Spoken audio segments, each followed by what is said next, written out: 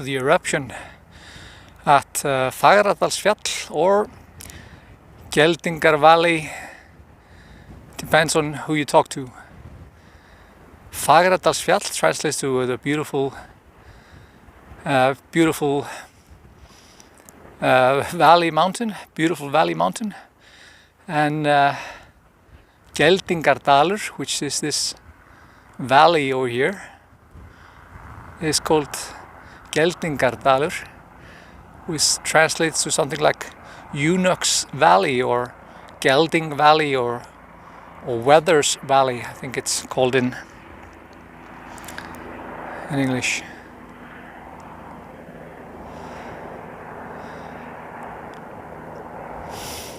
As you see, the wind is kind of blocking our view a little bit, but I think you can see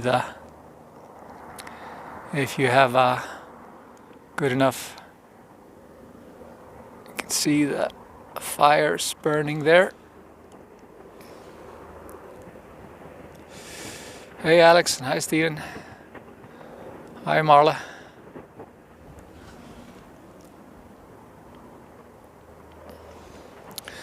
Not sure why, but the hike today was a little bit more difficult than the other two times I've been here. Maybe it's just, yeah, I'm not sure why. The hike is a little bit longer, but nothing too bad.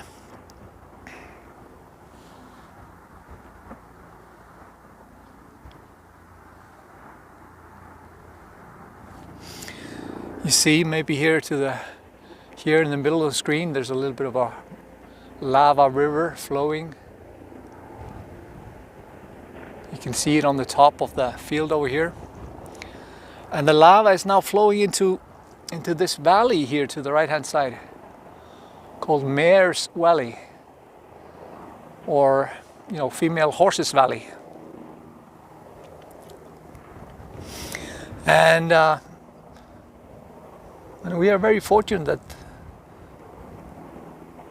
this is a pretty isolated area. So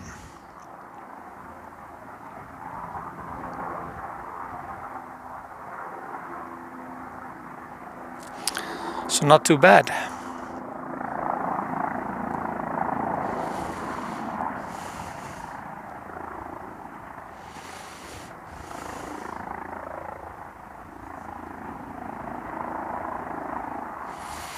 I'm just admiring the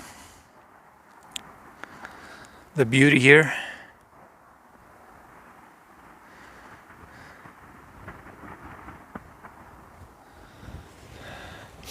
Yes, it changed a bit. You see, this is called Southie. This is the first eruption, or first crater or fissure. Here, Southie. And here to the far end, you see it's Northie.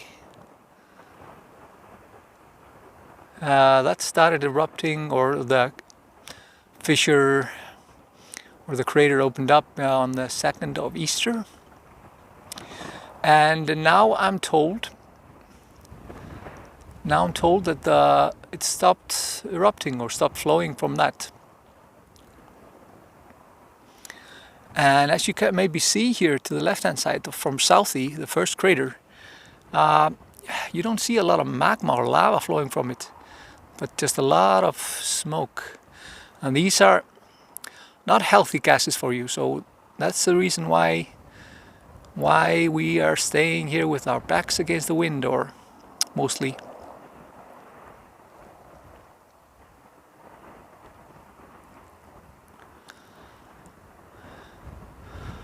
So sulfuric dioxide and carbon dioxide, and I don't smell anything over here, but when I was on my way, I smelled a little bit of like brennisteinn.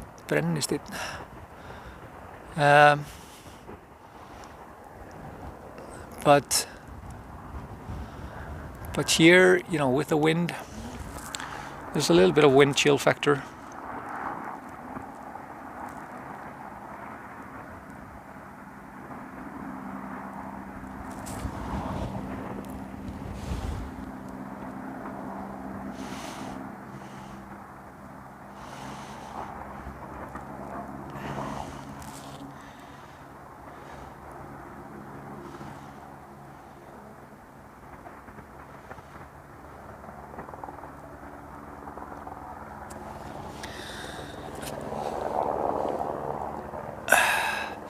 It's my choice. I wanted to be a little bit, have a little bit of an overview. But maybe we'll walk down. Maybe we'll walk down a little bit later on, and take a better look if the 4G connection is okay. I'm gonna try to put it down over here.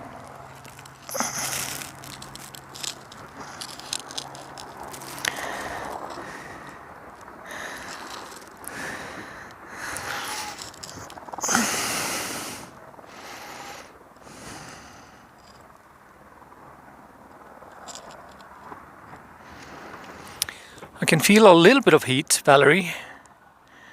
A little bit of heat, but nothing really that maybe I should go a little bit closer to get a little bit warmer.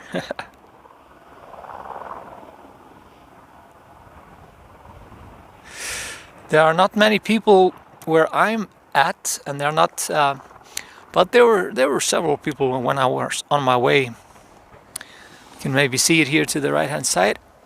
There's a little bit of people over there, and they are. So that's the path called A, and the walking path A. It goes here alongside this mountain over here that I'm on top of, and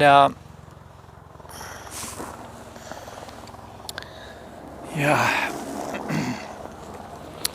I was thinking if I could just put you down somewhere. No.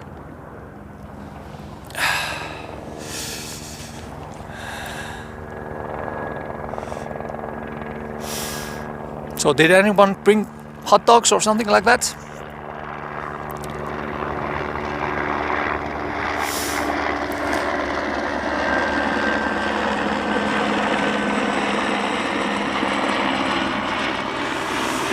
Tell hi, Bianca, to your 3-year-old. What's his name?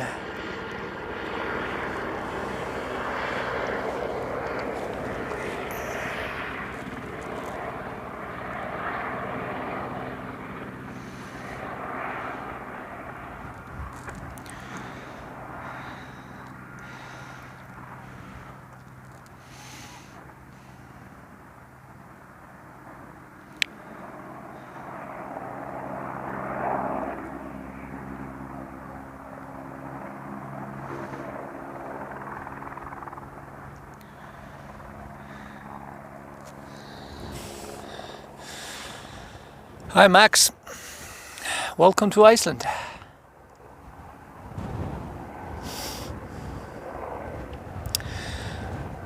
Hi Nanna, það ekki ennþá búið að skýra hann. It's not been named properly yet. The eruption is in this valley called Geldingardalur, but it's in the volcanic system called Fagradalsfjall, or beautiful valley mountain. So I would like to call it Fagradalsfjallsgos, but it's debatable. People are still debating what they should call it.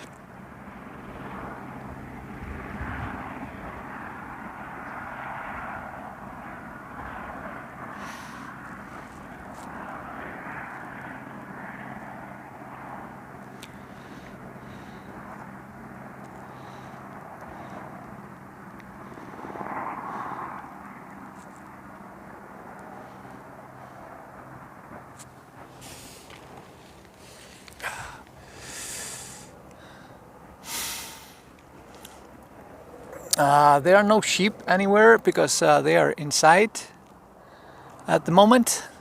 We keep them inside from September until they've had their lambs, like in April. So yeah, there are no sheep outside.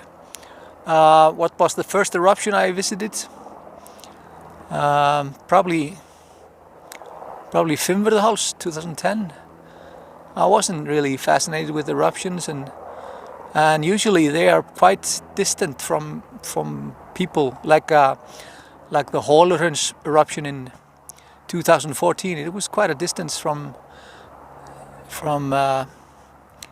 you would need to take a helicopter or plane or something, or pretty long drive with big jeeps. So this is the one that you can't get any closer than this.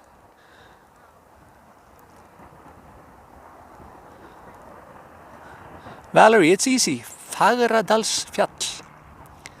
Fagradalsfjall.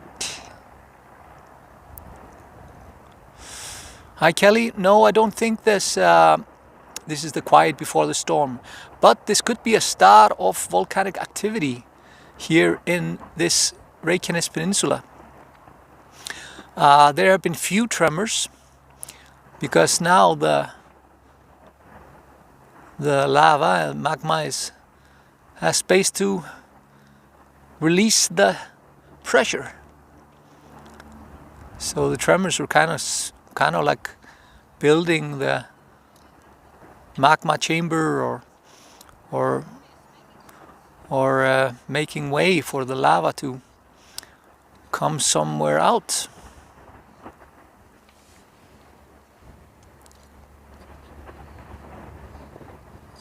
I smell it now. Yes.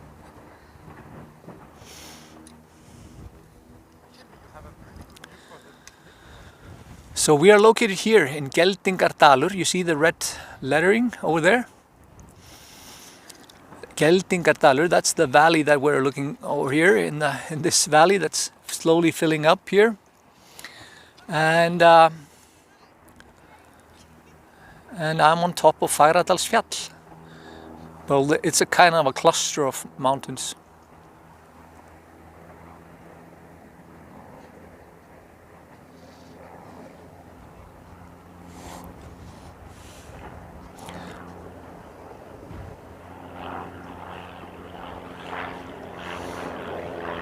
Yes, Julie, that video is cool. I love the idea that they just, the eruption started 19th of April, and I think they were here 5 days later, so they were quite quick in just going and recording that video, like 5 days.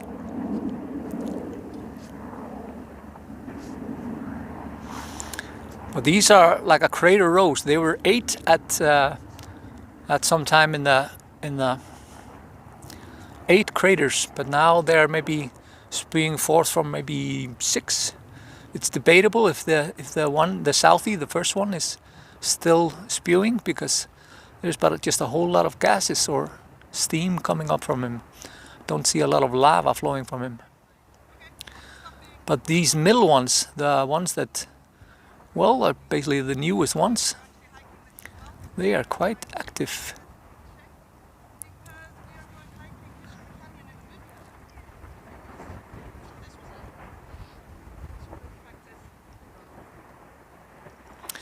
So just to tell you the beginning of this, so there's been tremors and movement in the Reykjanes Peninsula since 2019, basically. So 2019, there have been earthquakes, and first they thought the mountain that's close to Grindavik, the town here to the south, which is about, what, maybe 10 kilometers from here now. They thought that was going to be erupting because they saw a little bit of movement of the earth there, but it didn't, and things fell off. Kendra, it's 30 kilometers or 35 kilometers, but it's about 50-minute drive from Reykjavik. Kendra, drive to Reykjavik from here is about 50 minutes, and then you have to hike like for an hour, 10 minutes. So yeah, so there have been constant earthquakes, and then in the weeks leading up, or the month leading up to the eruption, there were about 40,000 earthquakes, and some pretty big, like we're talking about 5.7, 5.6 on Richter. So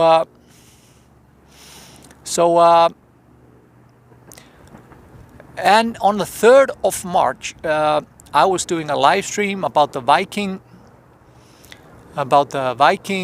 Museum in Reykjanes, And and when I finished the museum, I saw a newscast that there's a possible eruption in a couple of hours. They saw like volcanic activity or volcanic disturbance going on, and so people were evacuated from the area, and there was talk about just there would be an eruption in a couple of hours. But then things stopped again.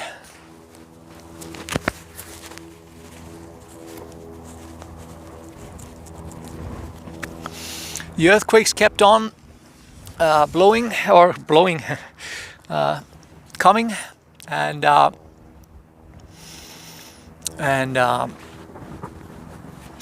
Michelle, when you enter the area, are you advised which paths to keep? Yes, there are two paths to the volcano, A and B, and if there is chance of the gases going over the over the walking paths, we are either just stopped and not allowed to go, or warned that there's a possible wind change or something like that.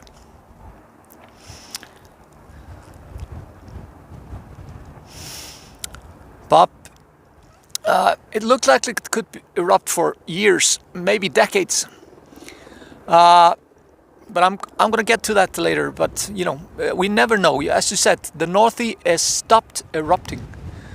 The one crater in the middle of the screen now has stopped erupting. There's stopped lava flow coming from it. So as you said, it's difficult to prove. This is not exact science. And so yeah, earthquakes, 40,000 earthquakes, and then on a Friday, the 19th of March, geologists said, "Yo, there's not going to be an eruption. There's no chance. This tension has just faded out, and there will not be an eruption." And of course, a couple of hours later, there was a light in the night. 9 p.m. in the night, people from Grindavik saw lights in the darkness close to them, and there was a volcanic eruption started. Kendra, can you see activity from Keflavik Airport? No. This is you can maybe see some smoke in certain. If it's in a certain, the wind is blowing in a certain direction, and maybe glow when the situation is right, but not like you don't see the eruption or anything like that.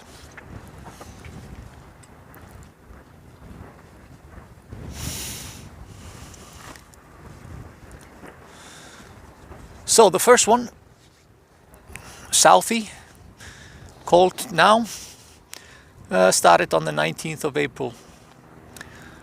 And I visited there a couple of days later, actually, and then it was just a beautiful crater. You can see it, basically I was here in the valley here to the left-hand side, which is now closed. I will tell you more why that is closed. But it was basically just a crater flowing, and the lava was slowly flowing here into the valley, and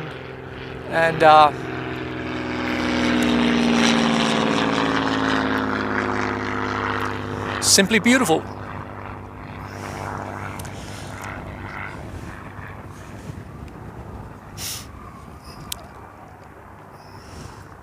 And then on the 2nd of Easter, Northy, the one that stopped erupting there to the far end, started, and then a couple of days later these craters in the middle started, and they can be called maybe 8 craters or fissures from this same magma chamber.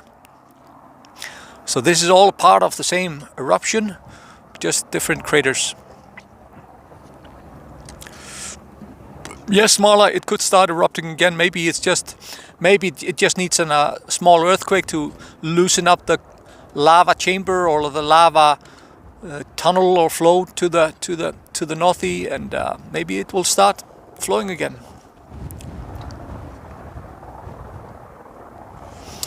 So this is basically the magma chamber that's underneath the... So here to the left-hand side you can see Fagradalsfjall, and to the right-hand side you can see Keilir. Keilir is... okay, I'm gonna take this away. Keilir is over there, to the far end, over there. See the pointy hat there in the distance. So there's basically a magma chamber that's underneath this area, whole area. And the most shallow it was, this was before the eruption. This photo was taken from the television before the eruption. So it was basically telling us there's a magma chamber reaching from Fagradalsfjall, which I'm on top of, and to Keilir to the right-hand side. And soon enough, the shortest distance to the lava or the magma is here at Fagradalsfjall, and sure enough, it came out there on the 19th of March.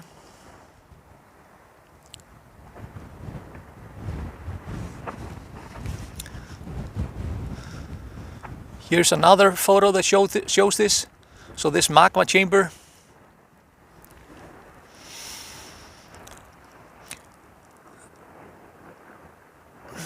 So another shows that the Keilir is there, far right hand side, and Fagradalsfjall is to the left hand side.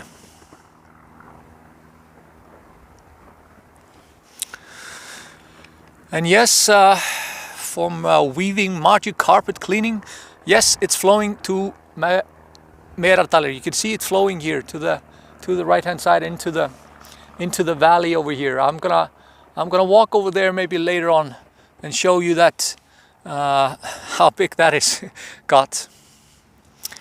The cellular service is okay, but it was non-existent first. But now they have put some beacons or 4G antennas for us, so you can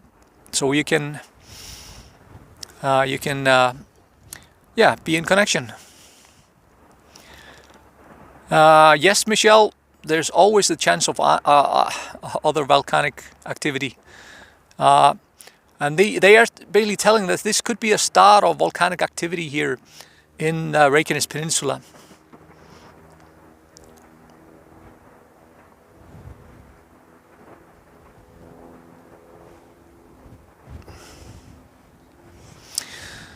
So there are actually 5 volcanic systems, or 6 if you want to count the Hengil area.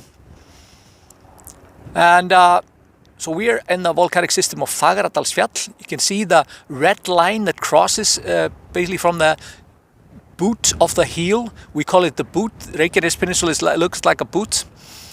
And so the heel of the boot, you see the red line. This is the tectonic plates. And so you start with the Reykjanes volcanic system, then we have Eldvörp or Svartsengi system, then Fagradalsfjall, Krýsuvík, and then Brennisteinsfjöll. So we are in the middle of these volcanic systems called Fagradalsfjall. And maybe this creates the other volcanic systems to start again. There hasn't been an eruption here since, I think 780 years, something like that. 781 years to be exact. And so this could be a start of volcanic activity here in the Reykjanes Peninsula. There's no damage, James, no damage at all. This is in a remote area.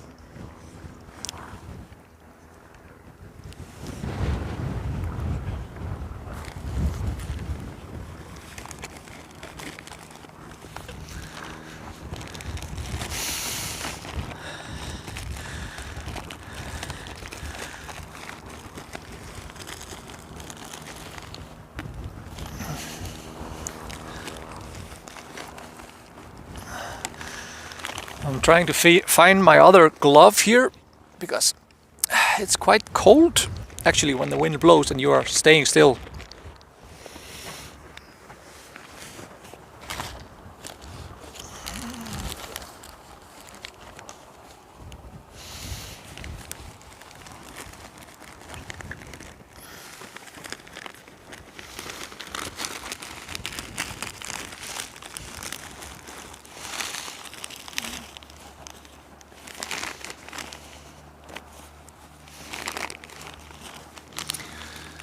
Yes, it's a little bit windy. It's not too bad. It's just a little bit windy.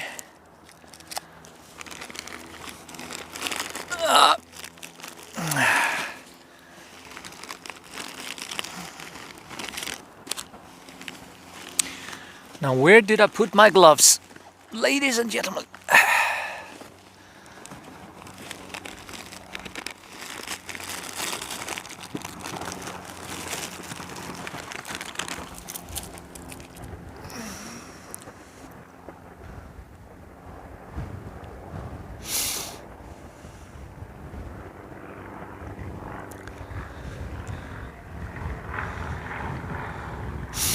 So here's another picture that shows earthquakes in the area where the strongest earthquakes were. As you see, this is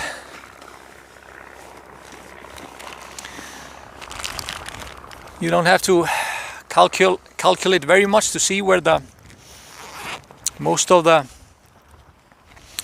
earthquakes came forth.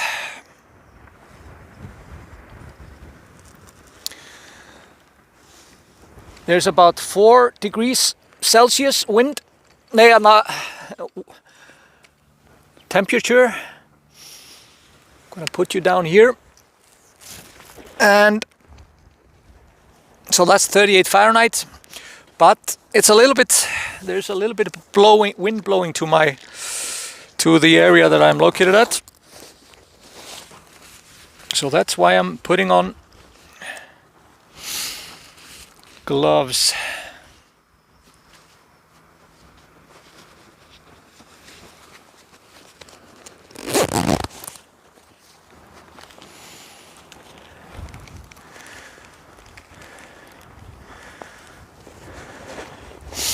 As soon as as the sun comes out of the clouds, it of course warms me up.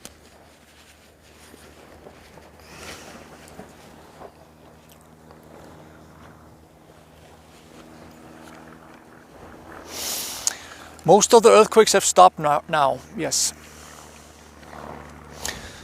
If I'm gonna stay here for a long period, I need to probably move around a little bit.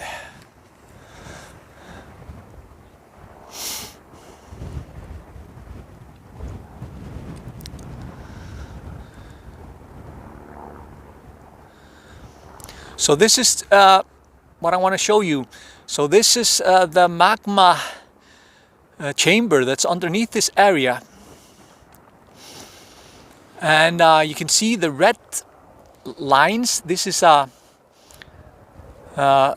the red dots. That's the vents, the craters that are now, and then you can see the lava flowing. This is a little bit older map because the lava has been flowing even further here into Mare's Valley, and this is the magma chamber that's underneath. That's why they closed it here to the south of the first volcano. I'm gonna stretch my legs a little bit later and show you that. And it reaches even further there to the right. So I'm gonna stop this photo. So it reaches even further. So it would not be a big surprise if there would be another craters just further along the line or the magma chamber.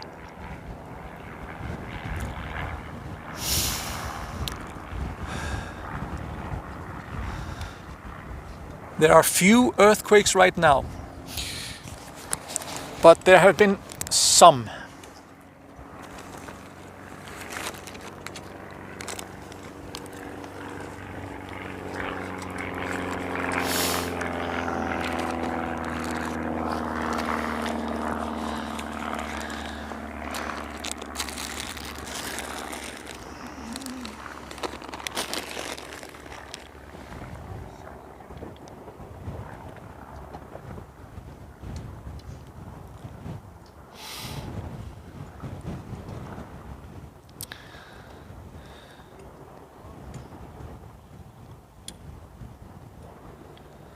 So this is of course the reason why there's so much volcanic activity. So the Mid-Atlantic Ridge is there basically where the two tectonic plates, the North American and the Eurasian plates, are meeting here in Iceland. And you can see there to the right hand side, top right hand side, and yeah, that causes friction, that causes volcanic activity, that causes earthquakes, and Iceland is basically growing. Some say it's 2 centimeters per year, but it varies depending on how much volcanic activity there is. There's not a lot of smell where I'm at because I have the wind in my back, but there's a little bit of a like carbon dioxide smell if you get closer.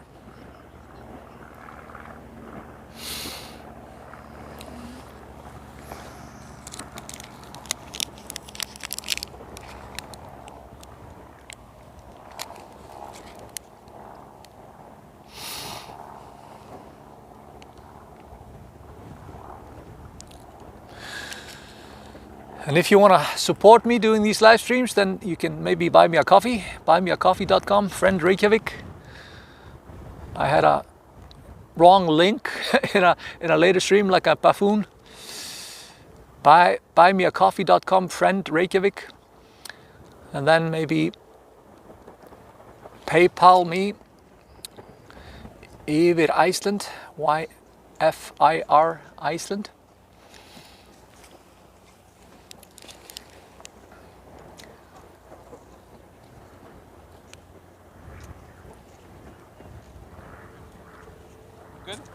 Yeah, no problem.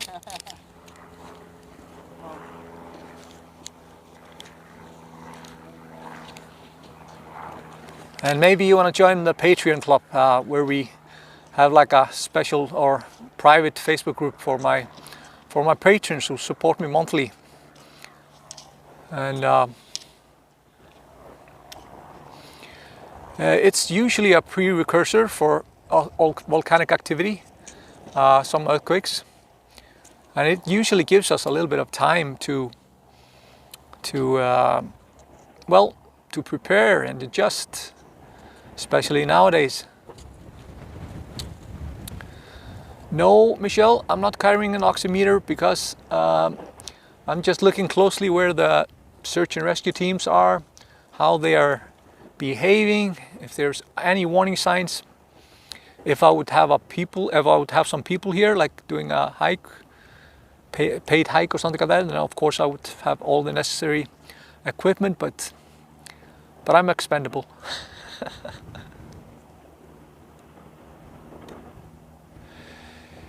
Laura, I'm not sure what you're referring to. Suicide Hill. Suicide Hill. There is a hill, but there's a hill here called. But is it called Suicide Hill? Not sure about that. And Laura, I don't have to answer your questions. You know, I'm just answering what I want to answer. Sorry. So maybe.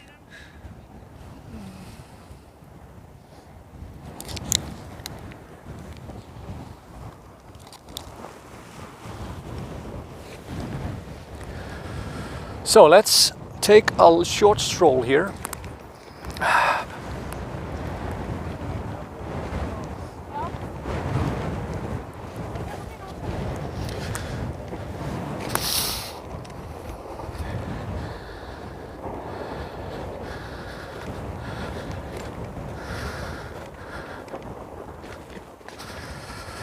So this is the valley, and I was standing here when I first arrived here. I was standing here right here on this just ridge over here that's now full with lava. So I was just 10 meters from the volcanic eruption. And now you see the lava has spewed forth here into the left-hand side. And here we're having like on the third day of the volcano, there were like thousands of people that were here in in the hills here and watching over the volcano. And let's also check out the other half.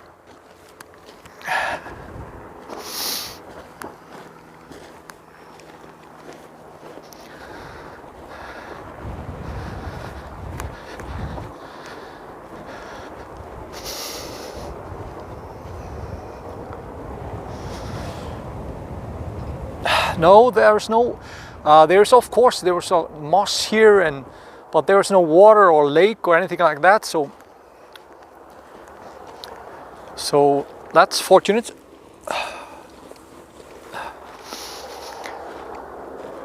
It's good to get the blood moving a little bit. So do you see the river, lava river, flowing here steadily from the crater there in the middle, and just it's on top of this. It's flowing here and flowing here until it goes over here. Let's look at the Mare's Valley.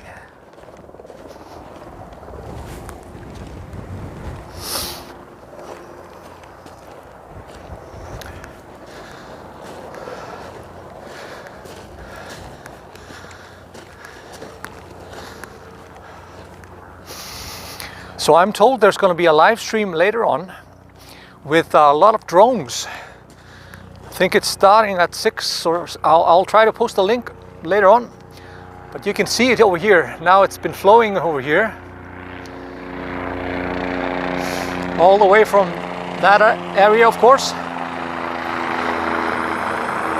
And it started flowing here into the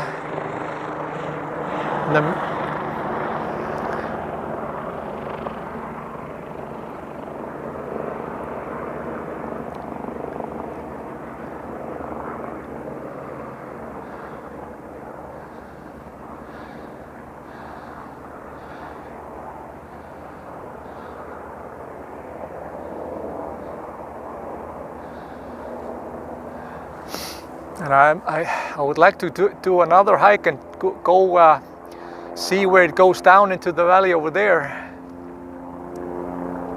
And you see the end of the pathway over here. So this is the pathway here down below, pathway A, and you can see it basically. People are here.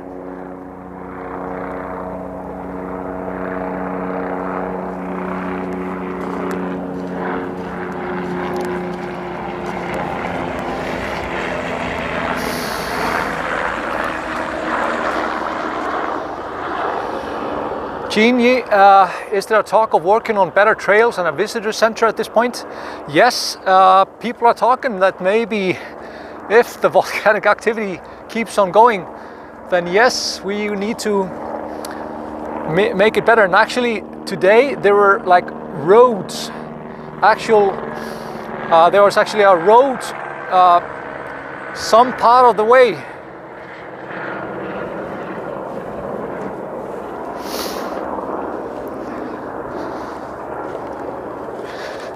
Which wasn't there before.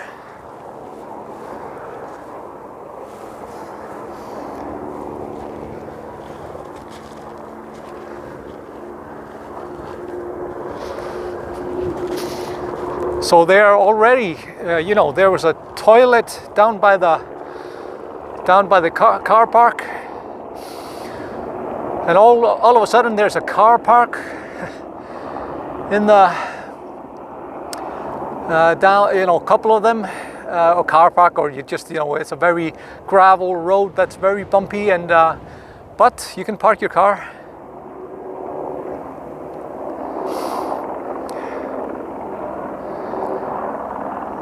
It's not too far, Mirko. How far to the left? It's not too far. It's just into this valley. Maybe you'll take a look at it a little bit later on. I don't want to go too far from my backpack right now.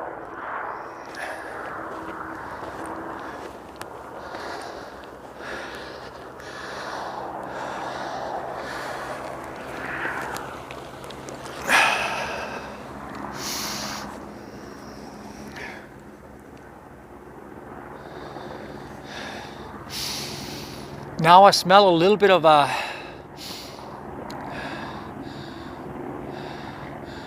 think carbon dioxide, something like that, something like a... No, there's no public transport, George. This is in a remote area. And it's a pity, you know, this is not a hike for everybody, to be honest.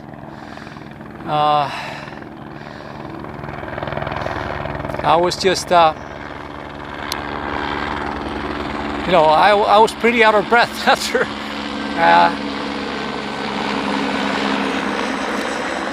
after my hike.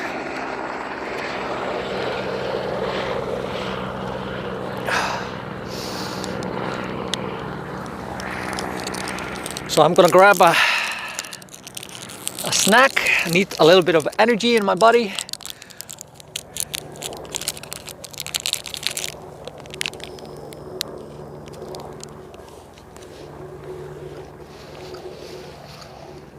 But this is wonderful to look at when it gets darker, because then you see the lava river like down over there. Then you see it more clearly.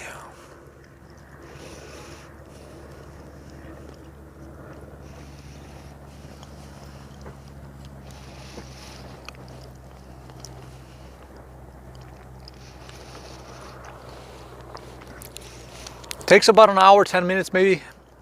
You can do it quite faster. I did it in 40 minutes. The second time I went there, no, 40 minutes. 40 minutes to the, let's say 50 minutes.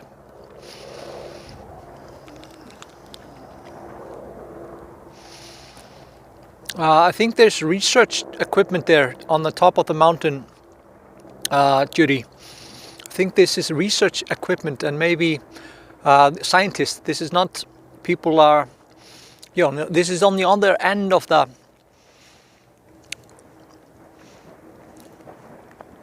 maybe a camera. Maybe a camera is over there.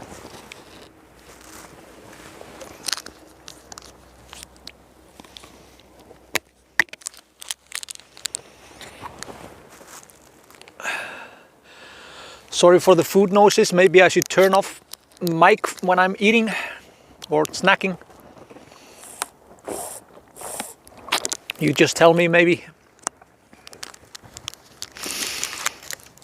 Yes, Laura, it used to be like 3 hours, depending on where you're going, but now the South Coast Road was closed because of the constant earthquakes, and it had you know, caused damage on the road. But when they opened up the South Coast Road, you know, it's just about an hour and a half from there. And I'm talking about, you know, I'm not a speedster, but I walk briskly. So maybe if you take it slowly, it's 1.5 hours.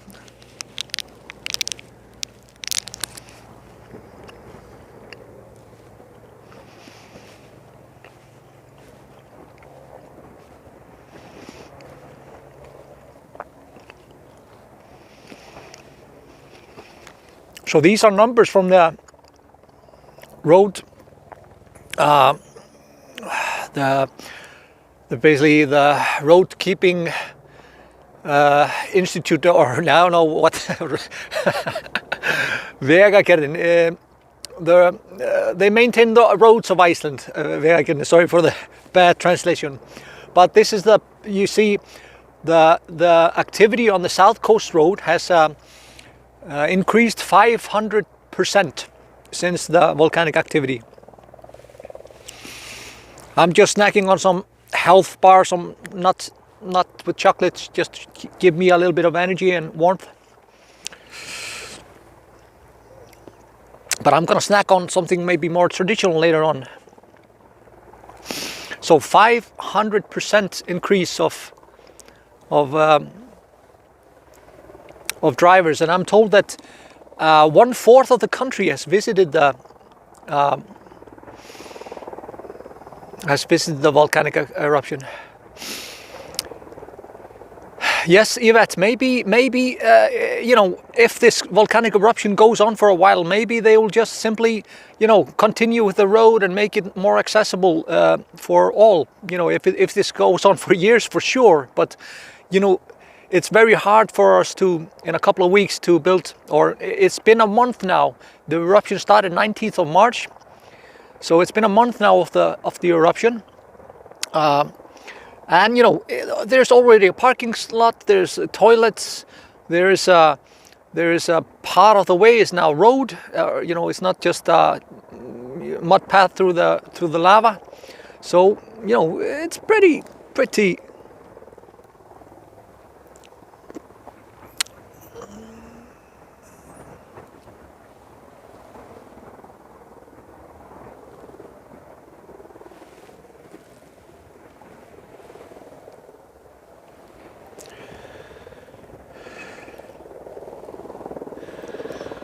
So now in the start, there's like I said, a road in the middle of nowhere, just leading up to the path.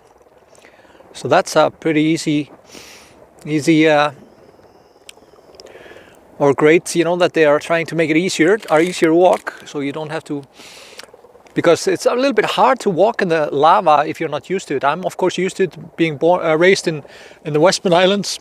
Westman Islands, there's a big volcanic eruption there in 1973, which I will tell you more about later. And but yeah, it's very, you have to be pretty sure-footed to be walking without falling. You need to look where you're going in the lava fields.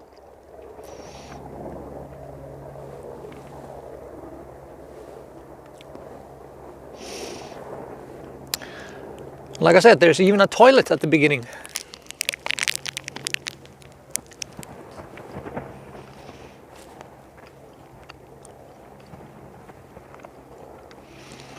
And there's going to be a great show event, I think in a couple of hours. I'm not sure, but I saw some news about it.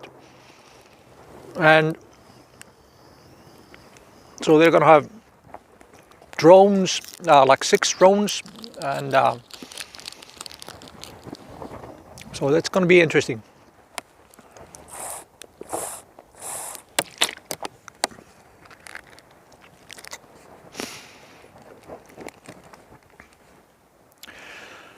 Are you talking about,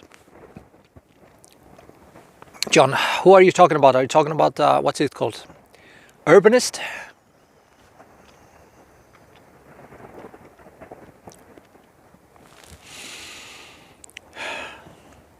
But I feel a little bit of the warmth here, so maybe if I go down a little bit closer, maybe I'll be even warmer, or maybe I'll change perspective a little bit later on.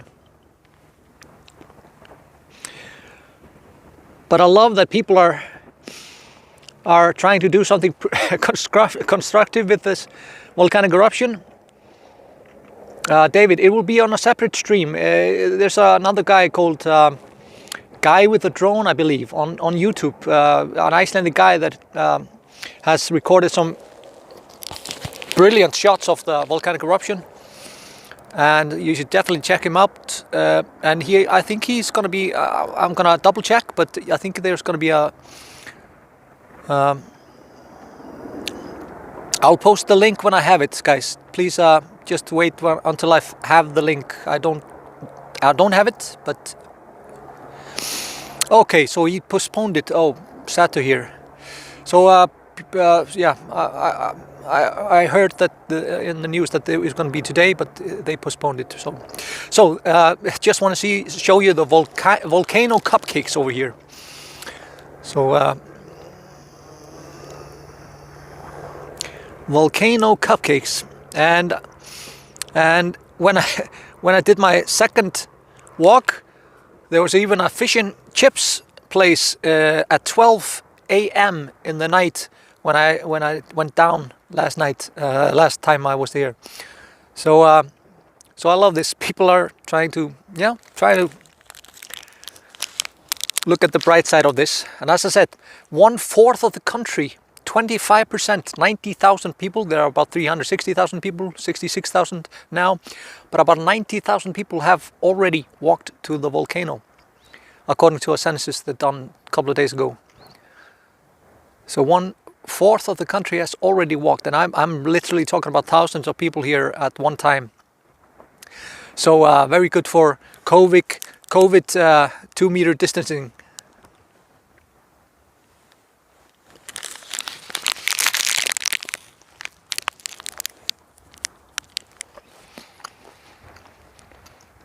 Jeannie, I was thinking about roasting pilsur, but then I would need help. I would need another person working the gimbal, and so I'm just a solo artist today. So forgive me, but I can't roast hot dogs.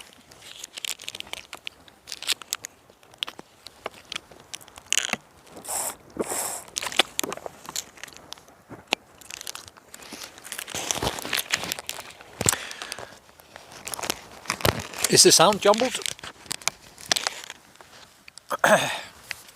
Maybe I should turn off the mic. Like I told you, I'm having a little bit of a power snack.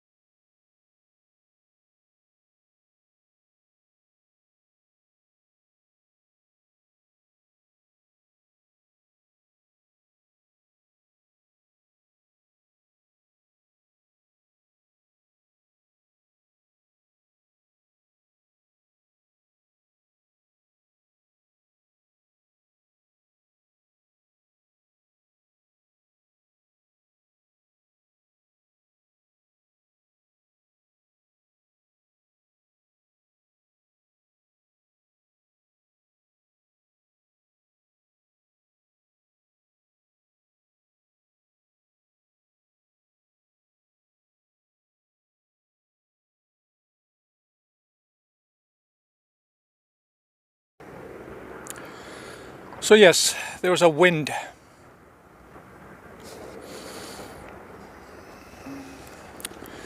little bit of windfall. Windfall. Yeah.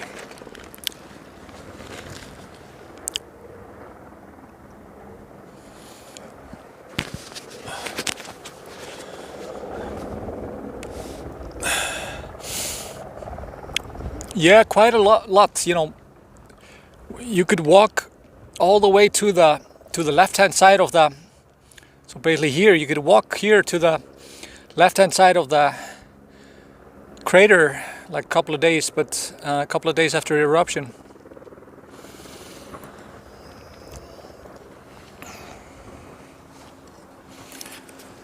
Yes, the wind blew my gimbal away when I was trying to have a relaxed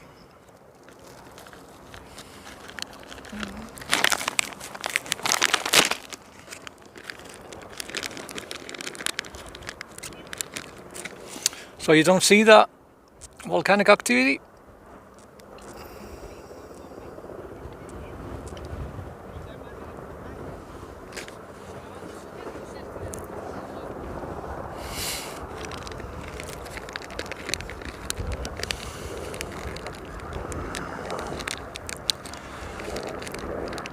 I thought you got tired of me snacking.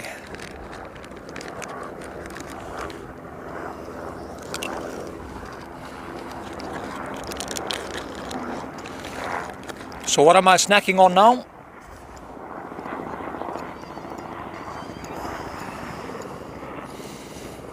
This is fish jerky.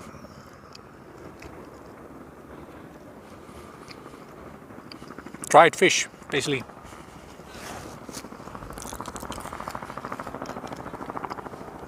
Dry cod.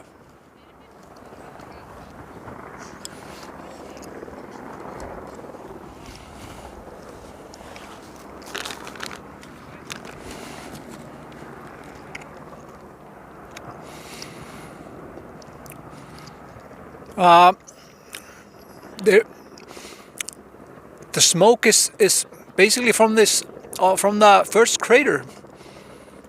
I haven't got a real explanation why it is, doing this right now, because it has basically nearly stopped erupting, or there's not a lot of lava flowing from it. You can see a little bit. But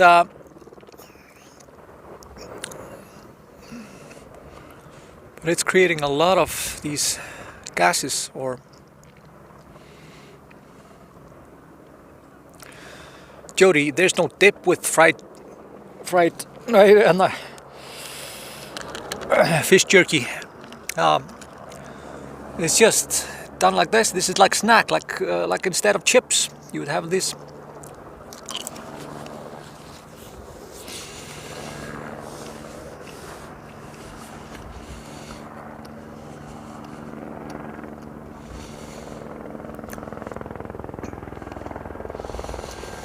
I love this photo that somebody, I don't remember the name of the guy that took it. I'll post it after the stream.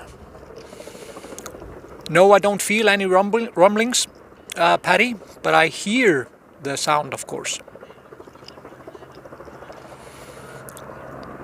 Mirko, the rotten shark is just like old cheese, just with a little bit of ammonia. So it's not too bad. Depends on who. Yes, and it's for sale at Bonus, the fish jerky, and definitely a great thing to snack on when you're driving.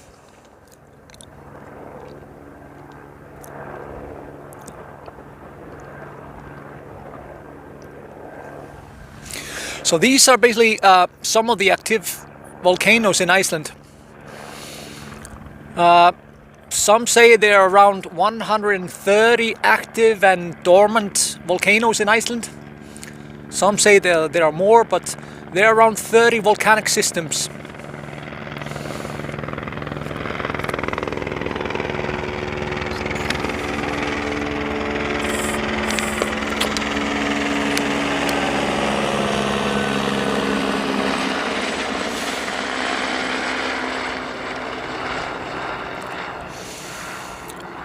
And look, so this is one of the things that makes it very easy for us to date things in Iceland.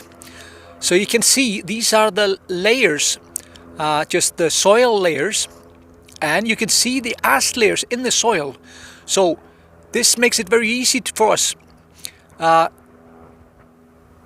date things. So if it's on top of this ash layer or below this ash layer, it tells us, from what era or what time certain things are.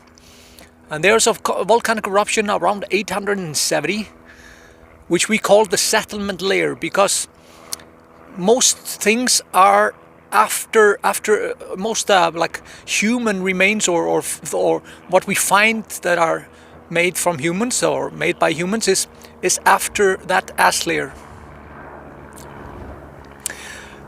Mimi, yes, these are both tour planes. These are scientists. These are search. I think the search and rescue, Landhelgisgæslan, the Coast Guard, was flying over here. So yeah, they're just a couple of both.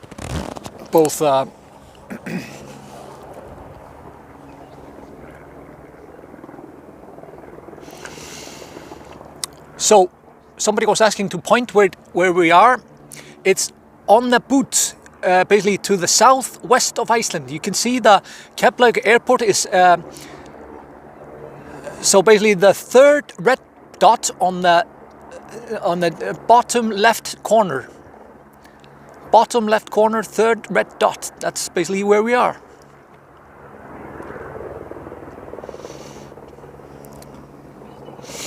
Yes, Gunnar, that's also, yeah, the layers of ice, same with the Earth, basically where the ice layers come and land on the ice. That also tells us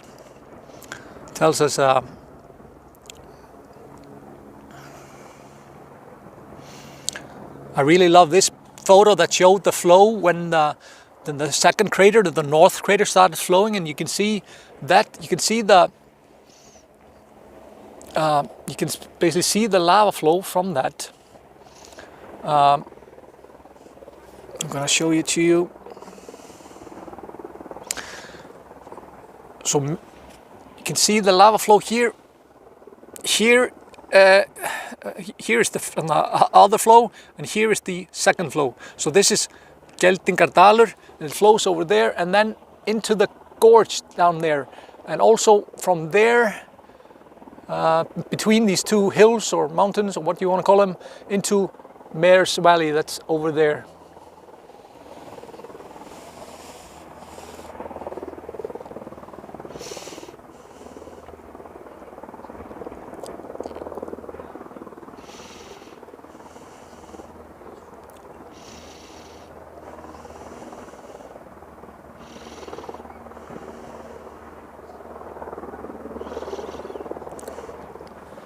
So remember this one, Eruption, Eyjafjallajökull.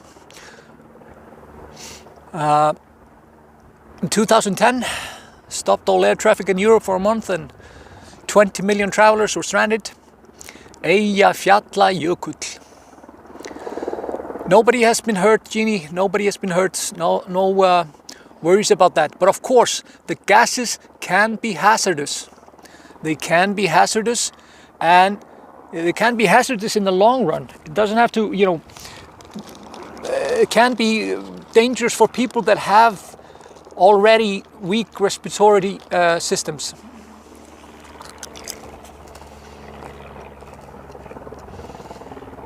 No, not the lava is going to the ocean, no.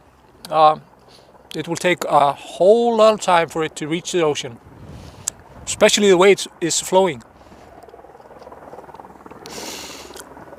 Usually volcanic eruptions in Iceland are flowing like, start strong and then they fade out.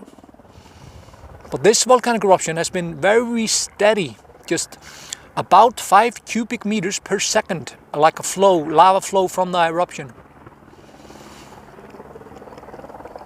And when they examined the lava running from this eruption, they discovered it's very primeval, or it's basically straight from the mantle. Like they are estimating it's from 17 to 19 kilometers down. So basically, and we haven't had an eruption like that for like 7,000 years in Iceland.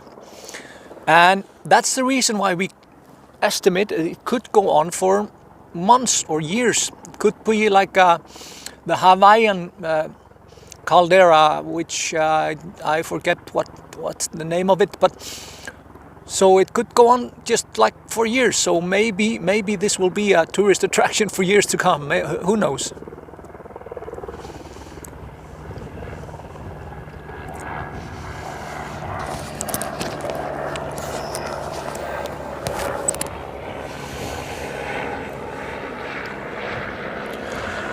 Hi Laura, yes, there was some kind of a photo up, I'm told. But I think it's not good for small. It's not good for small children. It's not good for dogs and stuff like that to be too close to the lava. But you know, where the lava is not flowing here to the left-hand side, for example, not in the valley, because that could be dangerous, because there could be a fissure erupting there. But you know, far there where lava has cooled down a little bit, you know, it's not dangerous, especially when the wind is blowing in the other direction and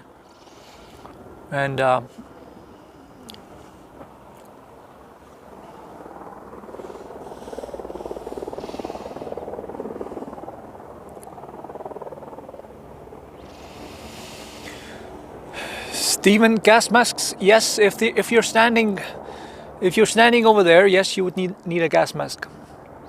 And search and rescue teams that are monitoring the area all have gas masks and monitors and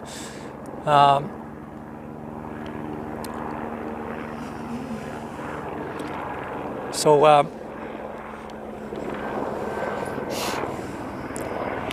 just to show you the difference between, so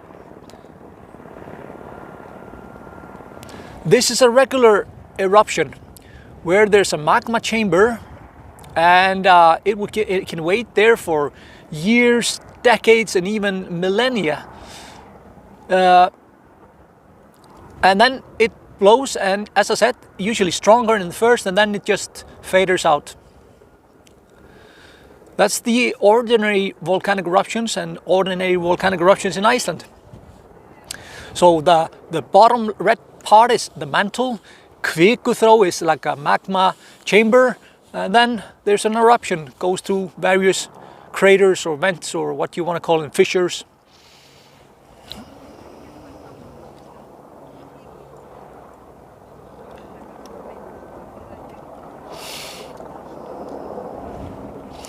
But this is a caldera, like we think this is building up to be. A caldera has no, it's basically, you know, the lava is flowing pretty much straight from the mantle. You know, there is a magma chamber, but there seems to be like a direct link from the mantle. It's going very, very deep. I can feel a little bit of heat where I'm standing. Kilauea, that's the name of the caldera that's been erupting for how many years, Yvette? Can you tell me how many years? Kilauea, how to pronounce it? Sorry.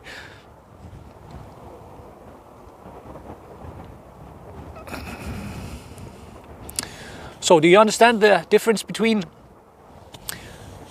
a caldera and this kind of caldera?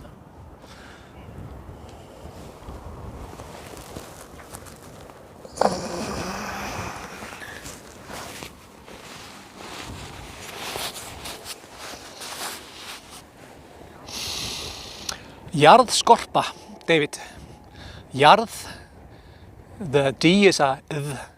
Jarðskorpa. Kendra, yes, they are doing tours. So maybe that could be for some of those who don't have the ability to walk for an hour or a half towards the volcano. They could do a helicopter tour, and the helicopters can stop just right over there on the ridge, or they can stop at several places, so you don't have to walk. There are no people staying overnight here or camping. There was one person, I think it was just a photo shoot.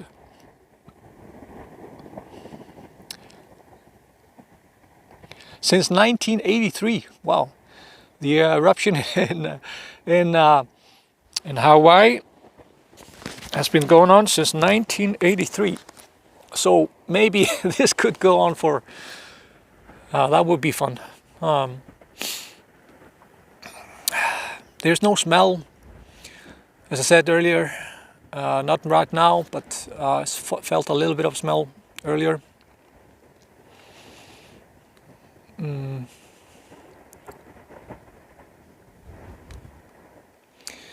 So one note, but before I go into the volcano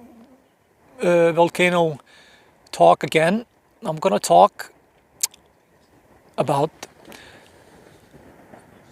this is a pretty famous mountain that we are actually on, or the Fagradalsfjall, or the beautiful valley mountain, is actually like a kind of like a cluster of hills,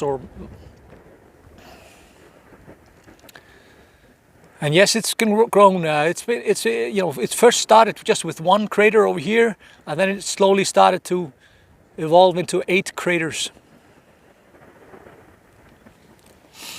So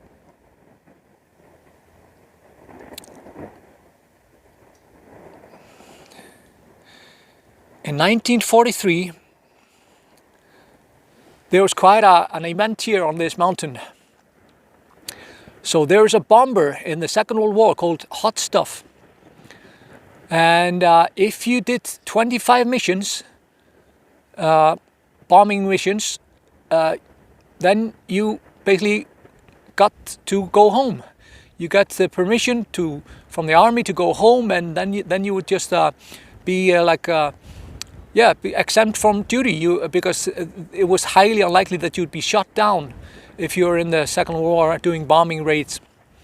So this is the first bomber that succeeded with this 25 missions, and the crew and the plane was going to America, and they were going to do some promotional work, and they were basically free from the war. And it was going to fly from Europe, and it was going to land here in Iceland, and then it was going to go to the States. And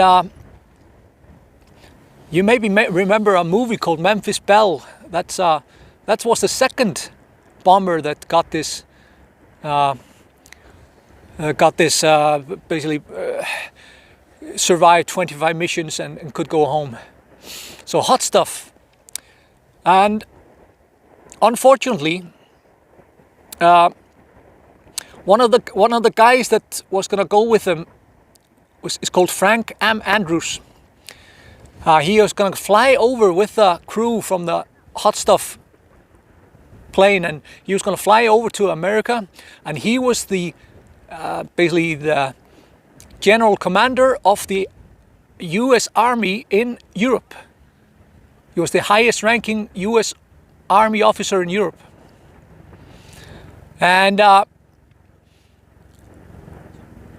he was going to fly over with them. Some of the crew decided to stay back, and there were 15 people that left from Europe, and they were going to land here in Iceland, and they encountered bad weather.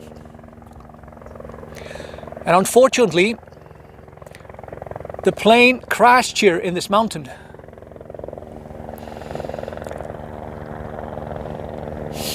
And 14 people died.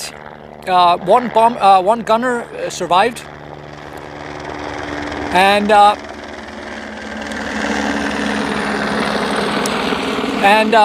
Frank M. Andrews, this general commander of the U.S. Army forces in Europe, died in that crash, and he was going back to the States because he was going to basically take over the whole Allied forces, U.S. Army in the world.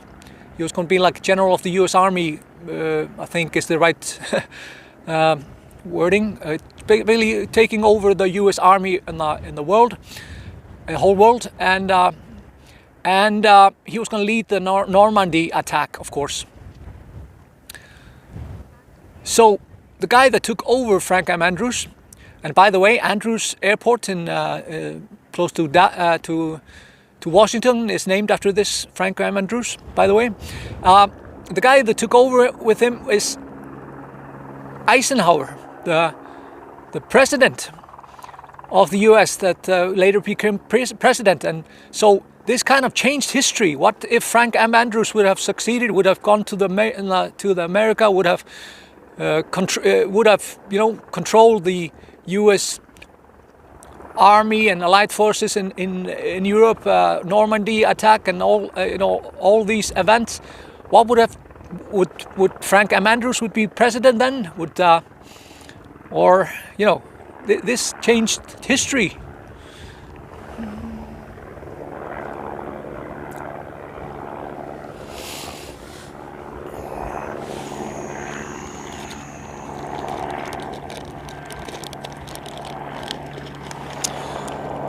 So a little bit of trivia for you guys.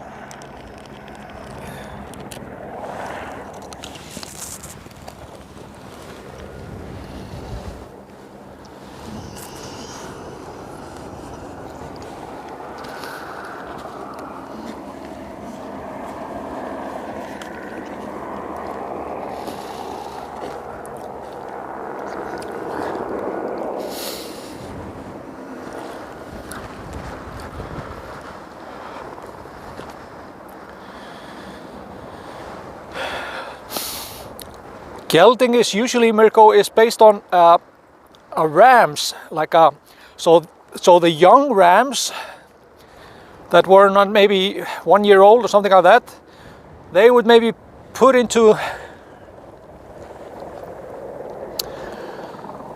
the pasture here. I'm not sure why.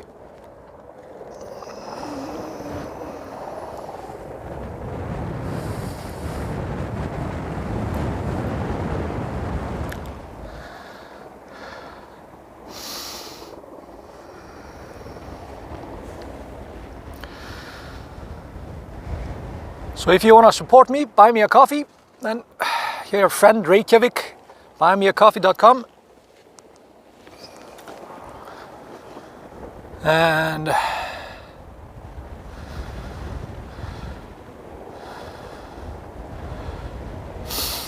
if you have PayPal, then maybe this could be an option.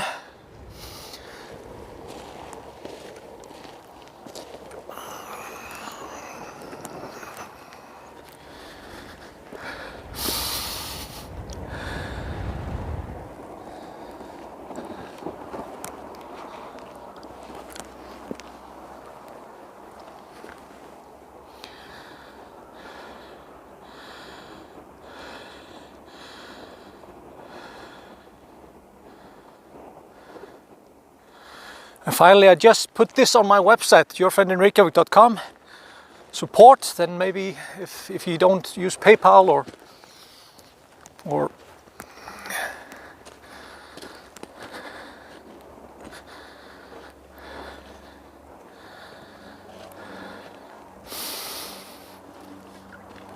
Yes, Laura, the northernmost vent or fissure or crater is not it's not spewing lava anymore, but that can change. We don't know, but at least for the moment.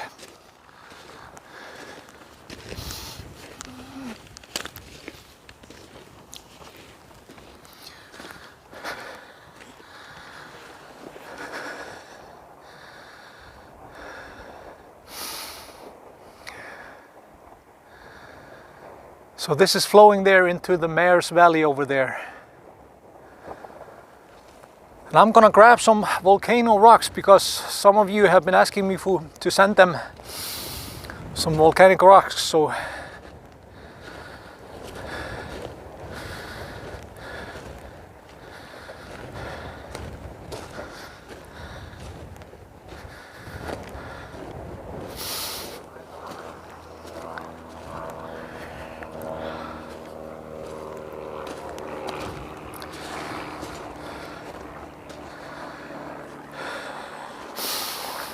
is the image all right now? Right now? Is it okay right now, guys? Thank you, John. Thank you for helping out.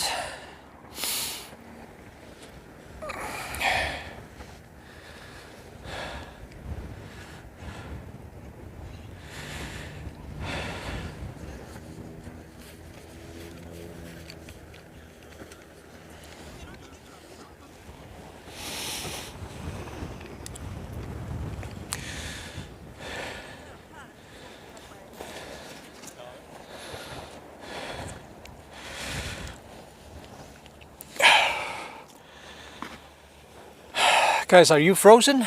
Is that...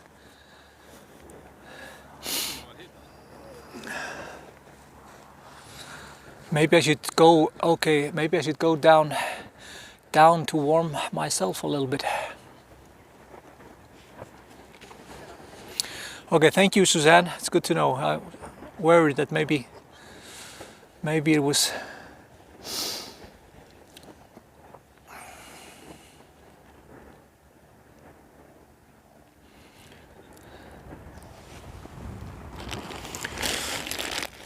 So I'm thinking that I'm gonna move down closer to the volcano. Just I have some folklore to tell you and stories. Hopefully the battery doesn't run out. If it does, I'm gonna try to connect again real soon with the other phone. But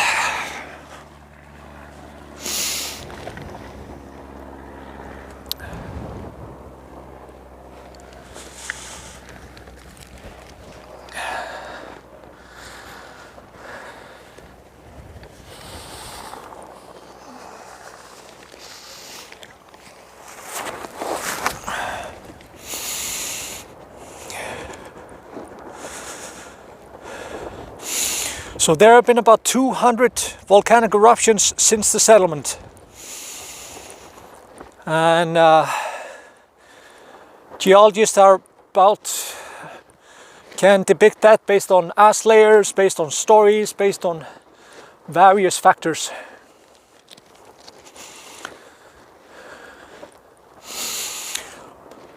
Bruno, why are there so many helicopters? It's just because there are so many people that are willing to buy for a ride. Don't want to take the hike.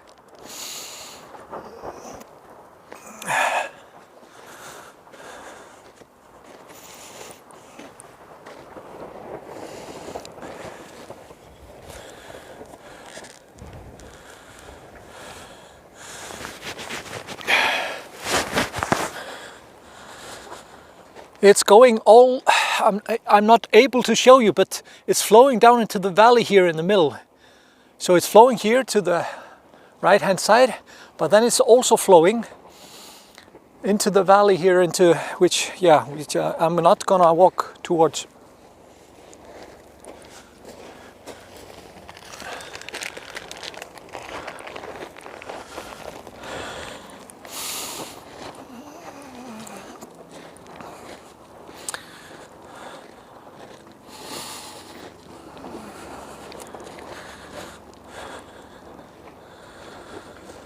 It's about 50,000 Icelandic kronos. George, how much a helicopter tour is? 50,000 Icelandic kronos, which is about $400.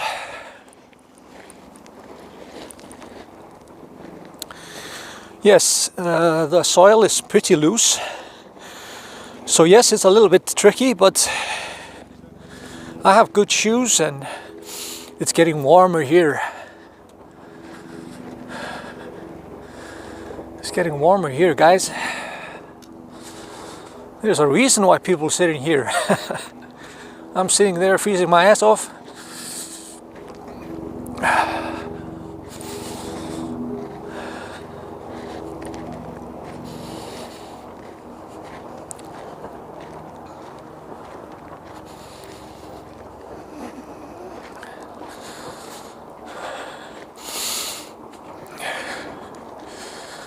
Jill, you were asking how much volcanic rock. I'm not sure how many I can carry, but maybe just like $10 or something like that, and then shipping. You know, something just to make my post office work. You know, I have to package it, write it, and everything. Yes, Merardalir, William. It's down. You can see in the middle there. It's flowing down into Merardalir.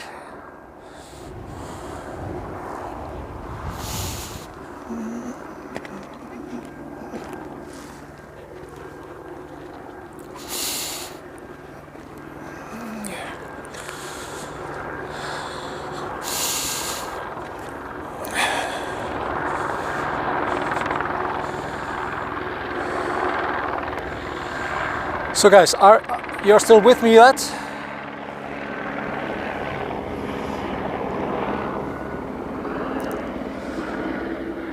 I'm not sure if this is a camera or I don't think it's a camera.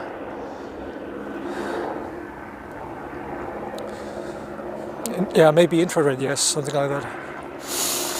No, something, or gas.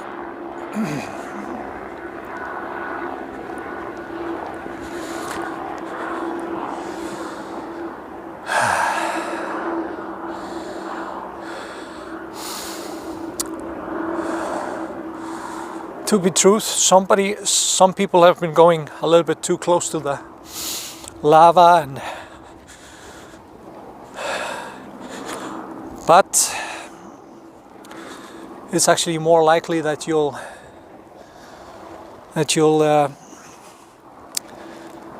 have trouble on your way back than if you just respect what is happening. So better view, right?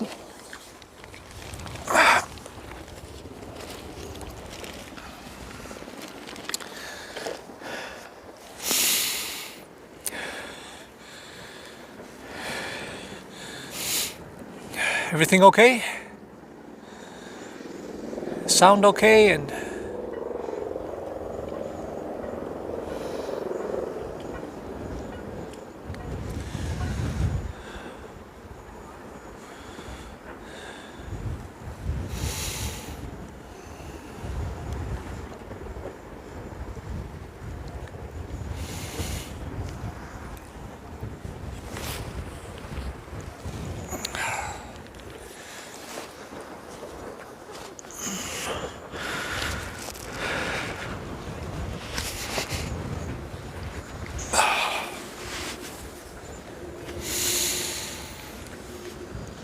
it's a little bit warmer here. As I said, the wind chill factor can be a little bit.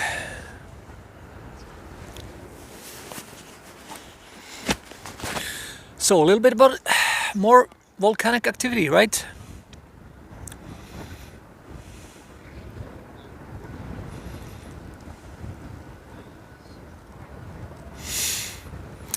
So this is Hekla, and Hekla is a pretty famous volcano and probably the most famous volcanic activity or volcano in Iceland, or volcanic system, Hekla. And I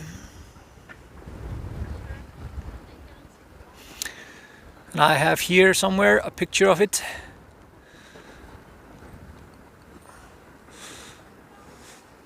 So this is Hekla.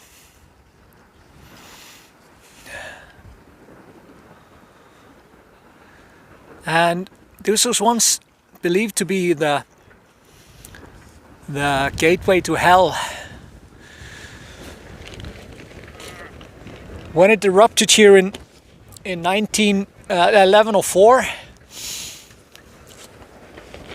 the clergy used the opportunity that this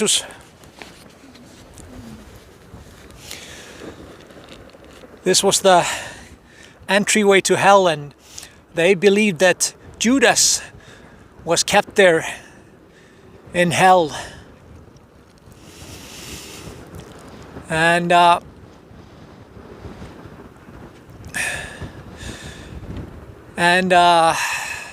there were always some stories that people shouldn't walk on top of Hekla because you would turn mad if you would look if you would go to the top of Hekla and look into the mountain, then you would go mad. And there was a guy in the 16th century supposedly that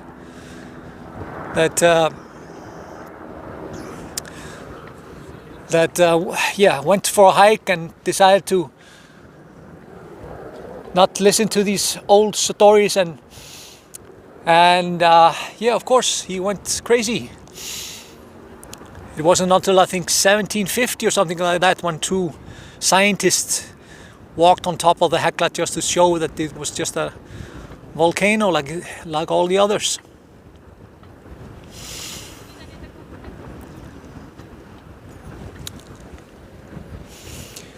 And I told this story also when I was here last time, but so when Iceland became settled about 874, fully settled about 900, and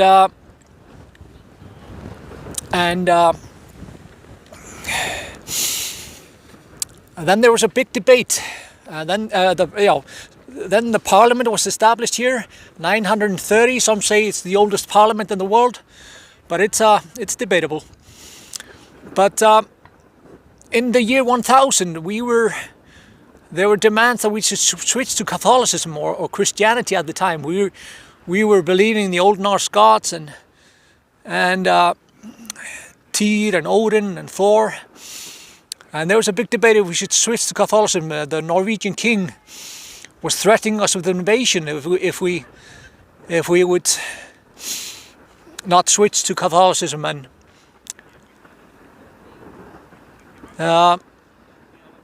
then in the middle of a raging debate between the two parties, there came a writer and said there's a volcanic eruption that started just like 40 kilometers from Thingvellir, and the heathens or the believers of the Old Norse gods, they said, this is a sign that the old gods are angry with us to even think about switching to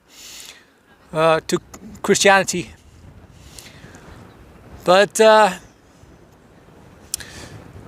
then one wise man said, well, what were the gods angry about then when the lava that we're standing on now erupted? Because Thingvellir is made out of old lava fields also.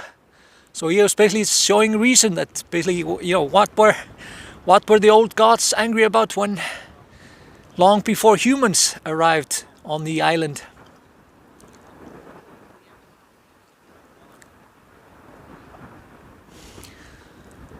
A good argument, right?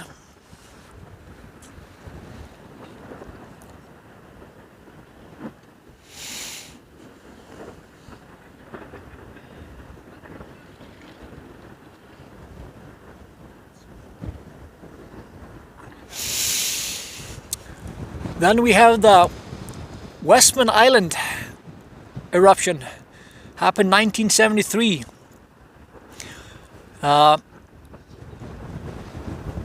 About 5,000 people that live on this island, and in the middle of the night at 3 a.m., just 200 meters from the nearest houses, all of a sudden they've opened up a fissure.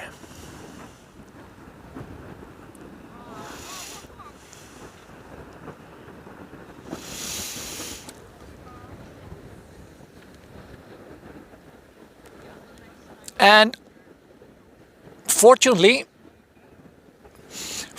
the day before, there was bad weather, and all the fishing boats, all the fishing fleet was in harbor, so they could basically evacuate all the people during the night. People just grabbed what was completely necessary of their belongings and just evacuated to Iceland. And just one person lost his life, and that was because he was a kind of a little bit of a criminal, or well, in a bad place in his life. He's decided to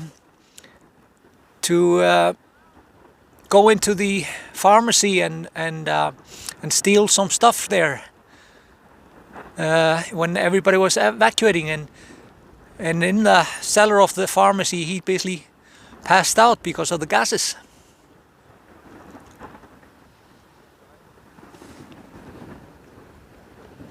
So only one person lost his life, even though the lava was just like basically, you can imagine if the fissure was just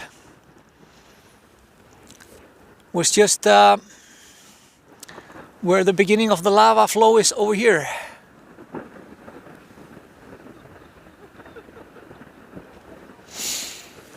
That's about the length where the fissure was from the nearest houses.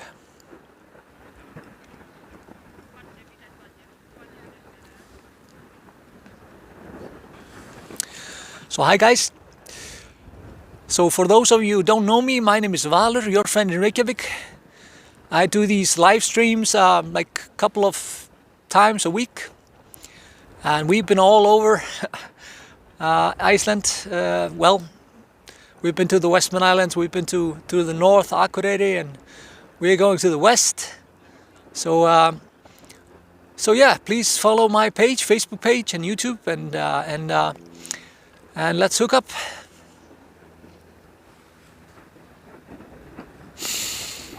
Yes, Bruno, Valur, like this. Valur is another name for falcon, so you can call me Falcon also. And but Valur, the translation is also death. Að liggja í valnum means to lie in the field of death.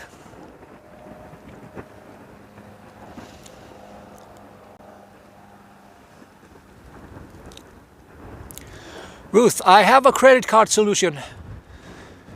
I just posted it last night. Your Friend in Reykjavik /support, so you don't need to use PayPal or anything like that. So if there's something for you, Ruth, then maybe you could check that out.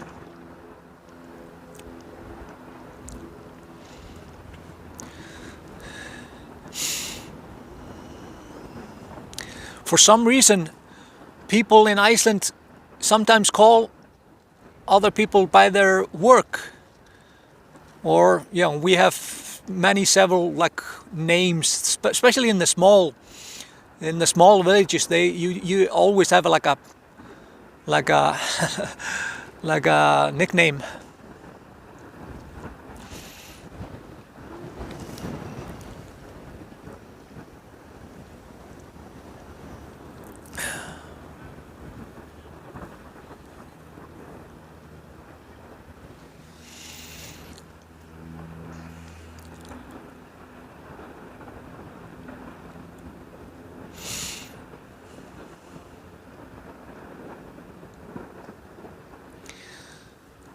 So Valhalla is basically the hall of the dead, hall of the fallen. The Valkyries, they were going and picking up the fallen and going with them to Valhalla. Yes, I feel a little bit of heat here. There's a little bit of warm wind going my way, but the wind factor is also a part.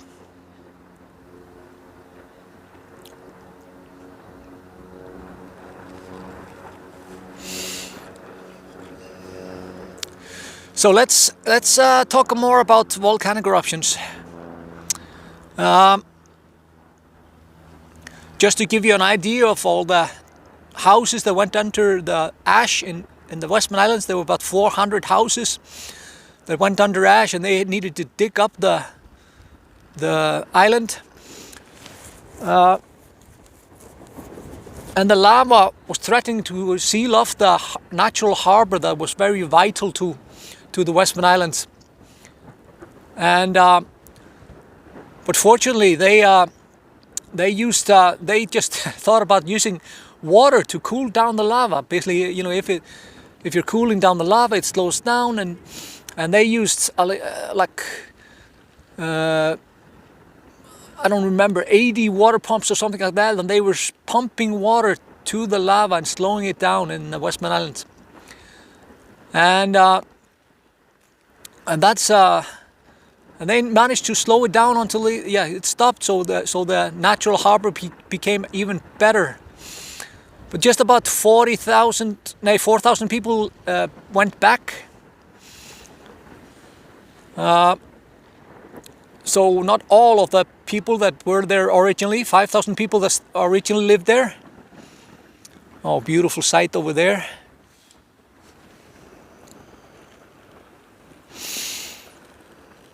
I'm not sure if you see it clearly, but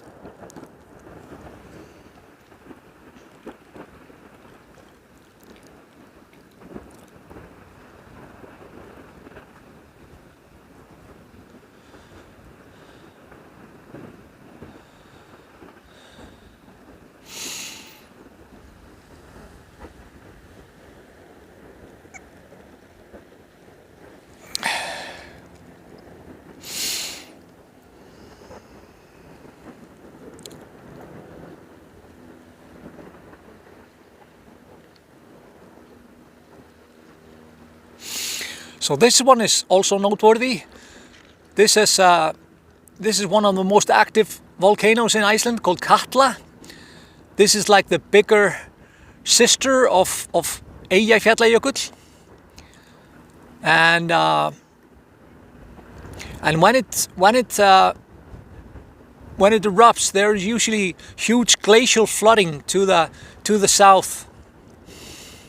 And there's a story. So there was a working,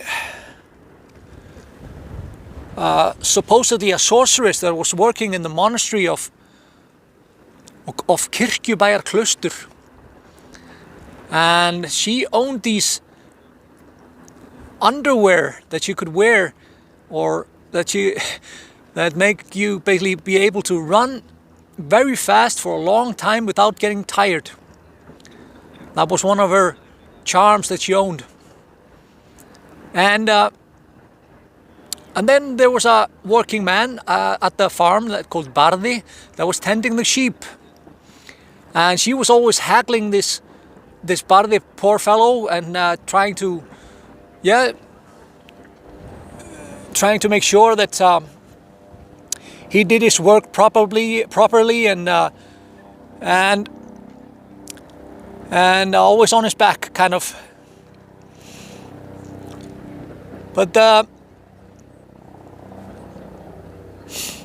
then one day some of the sheep got lost, or he lost the sheep. Barði and Barði was so afraid of the wrath of Katla, the sorceress, that he decided to steal her magic underwear and to be able to run after the sheep and bring them all home. And he was able to do it, but Katla figured out what he did, and killed him and put him into a bale, or like put him into acid, and then she ran off into the volcano, and after that it's been named Katla, after this sorceress. So what's the moral of the story? Don't steal women's underwear, maybe? What do you think?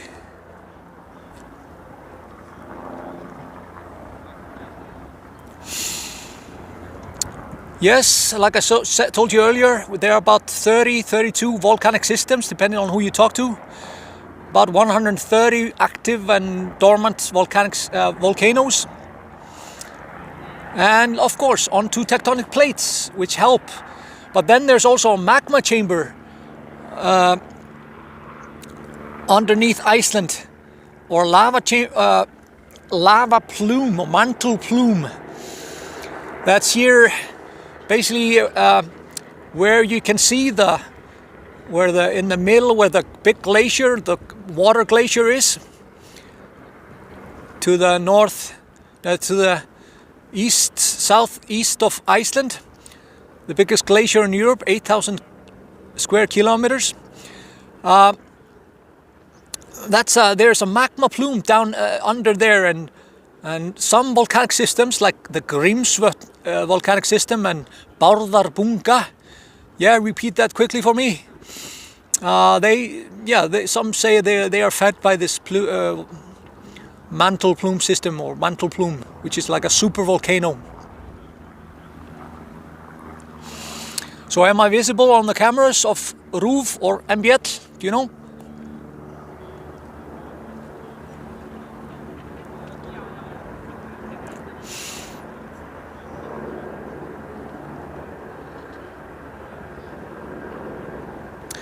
So just to give you an idea of the volcanic eruption in the Westman Islands, you can see the fissure here to the left hand side, or to the right hand side of the houses, and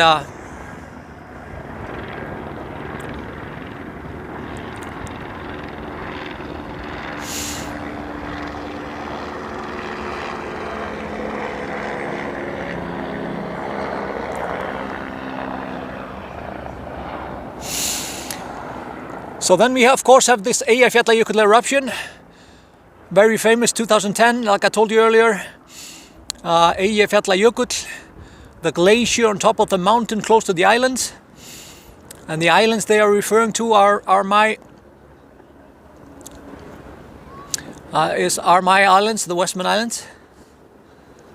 And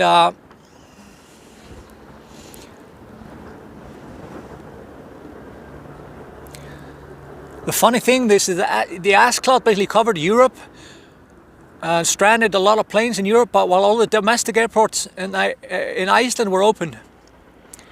So as you can see, this is the ash cloud from that,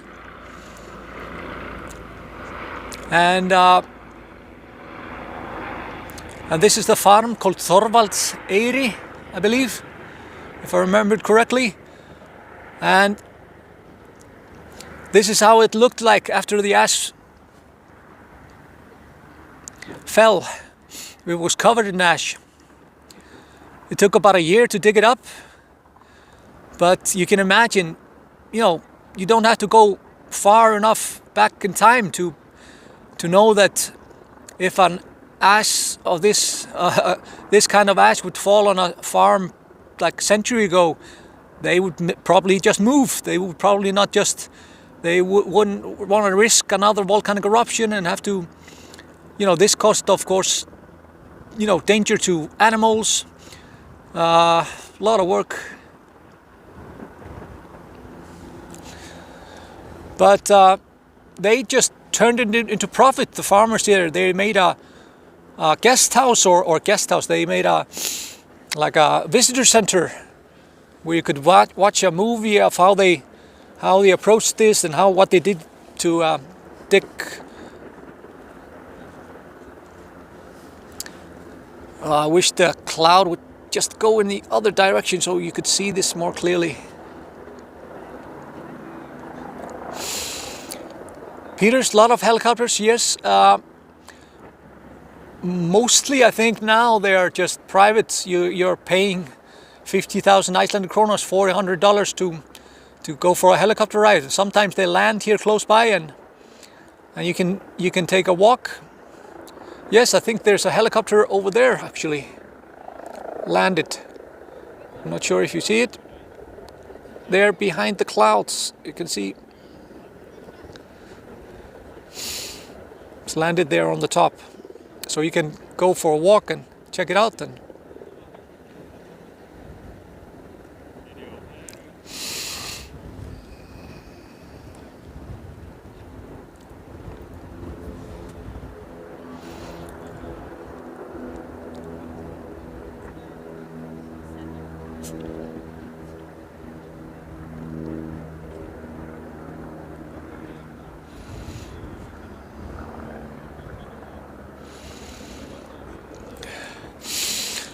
This is one of the noteworthy volcanoes in Iceland called Askja.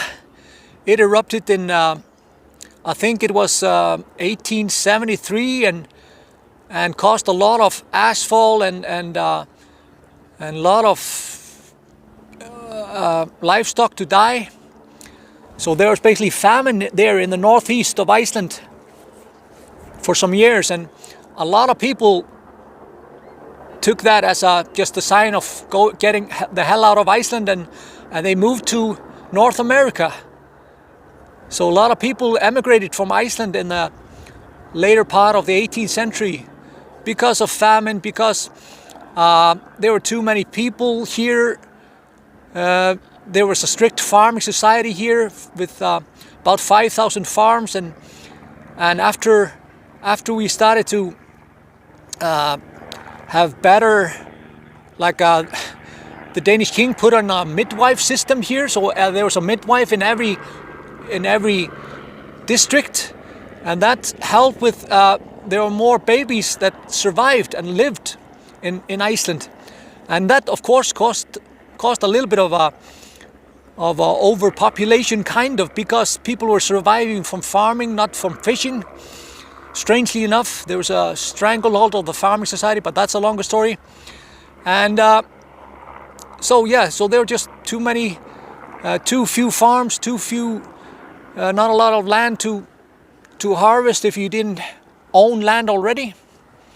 So people just left by the thousands to Canada and North America, and some immigrated to the US, some people emigrated to Brazil, but most of them to Canada and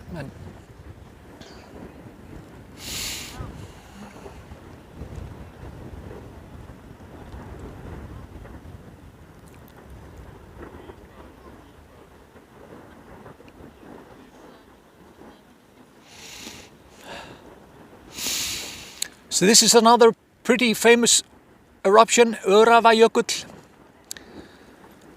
It was called something else. It was called, trying to remember, I forget. But it was called something else until it erupted, I think, in 1273. The farming community here beneath the glacier was called Little Shire, like similar like to the Hobbit Shire, Little Shire. But after the eruption, like all the farming in that area, all the farmers just left, and it was desolate. It was changed. It was changed into Uravayakut and Öræfi, which basically translates to wastelands and wasteland glacier. Uravayakut.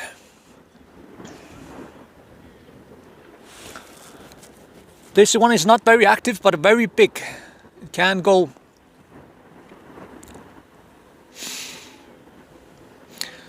This is a pretty dormant volcano called Snyfield Circuit on Snæfellsnes Peninsula. It hasn't erupted for a long period. Some people believe this is a wealth of energy there in Snyfield Circuit. They believe that aliens chose this as a landing point at one time. I was just having a chat with a friend of mine called Magnus Skarpjason, which is the headmaster of the Elf School of Iceland, and he was telling me that he saw an alien craft there at Snyfield Circuit.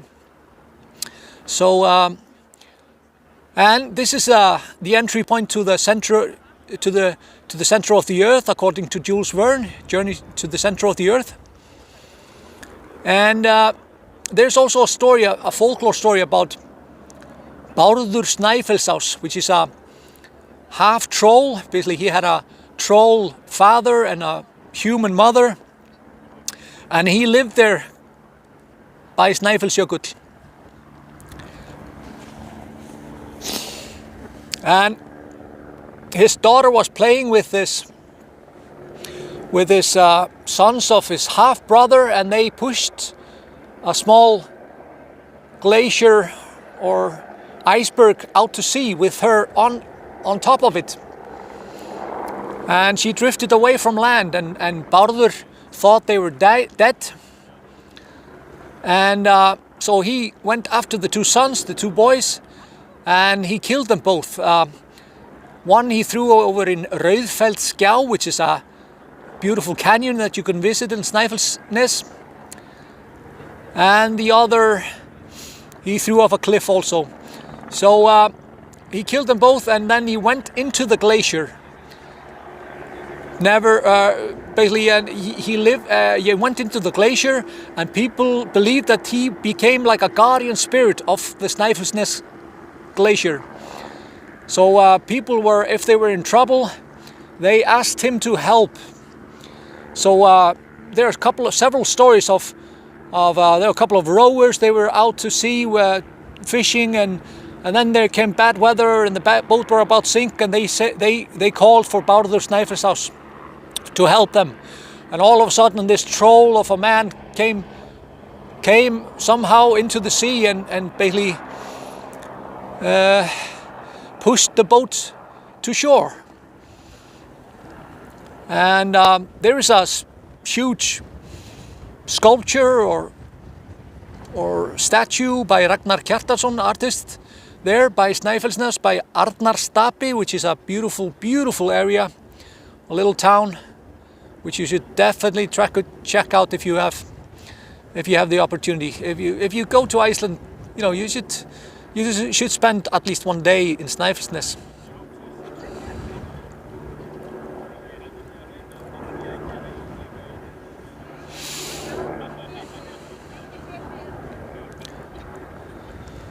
There was somebody asking me about Eyjafjallajökull, the glacier. How do you pronounce that? So it's Eyjafjallajökull. Fjalla, Eyjafjallajökull. But you can barely say, I forgot my yogurt fast. I forgot my yogurt fast. And we know what you mean. I forgot my yogurt. Eyjafjallajökull. Close, but these double L's are quite tricky, right? Fjall, jökull.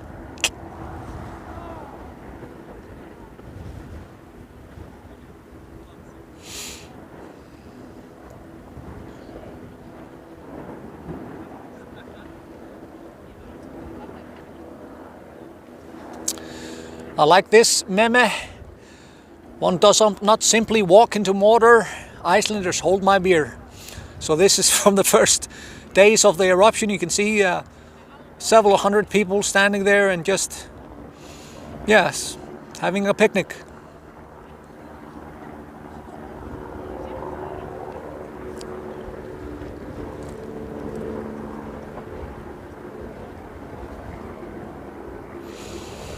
Yes, beer. I've got my yogurt fast. Just, I got my yogurt.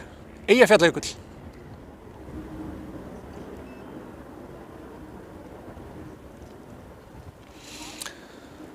So not sure how much of a battery life I still have, but we'll just go on rolling until.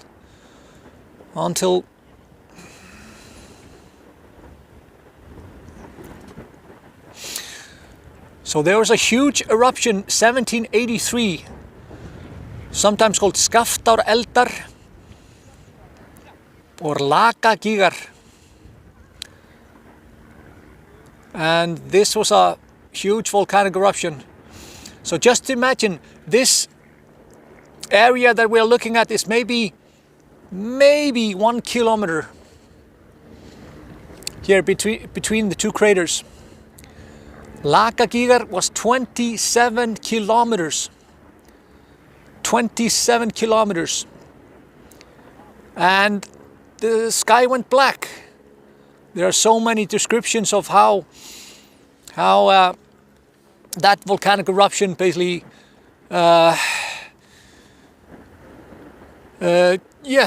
just changed the weather.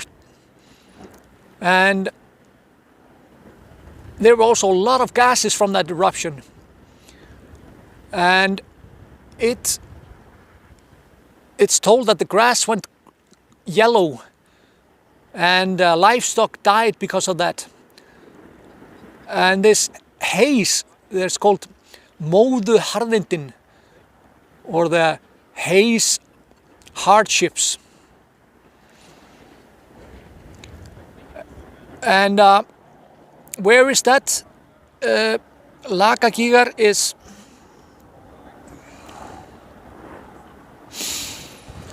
just to the left of the white glacier over there. So Grímsvötn is the lava system or the volcanic system that Lakagigar came out of. This is the most active volcanic system in Iceland. I think it has erupted about 70 times since the settlement. 70 times.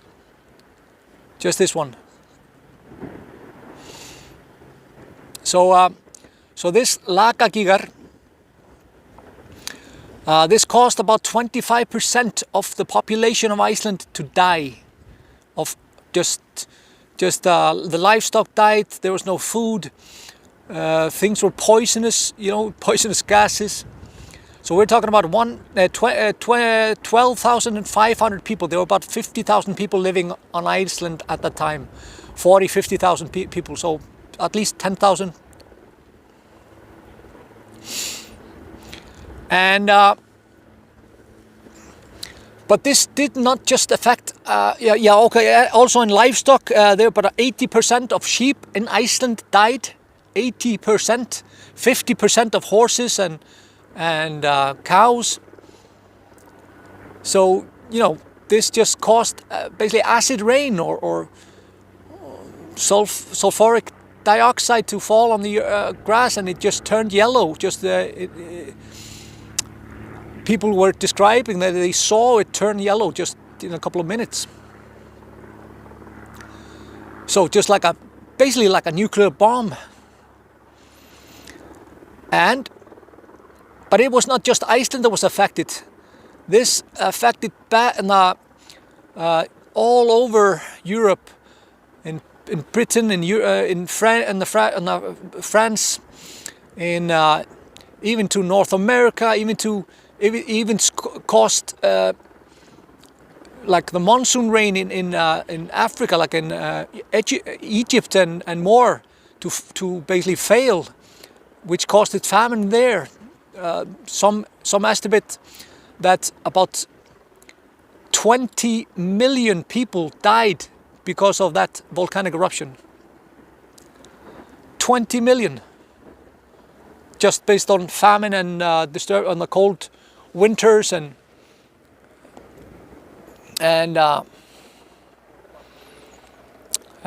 of course, probably some people that have respiratory problems didn't really cope with all the fumes. And this was called the Móðuharðindin, or the haze hardships, because there was like this kind of smoke all over Iceland and in various places. Some people say that the French Revolution, this volcanic eruption, happened in 1783, and there was famine and harvest failures in France a couple of years after, and eventually the French revolted in 1989 against the French king.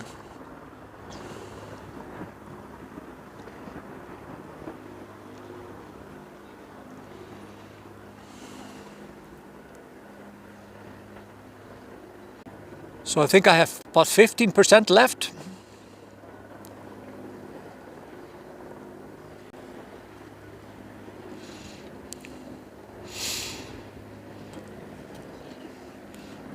So there's the top 5 volcanic active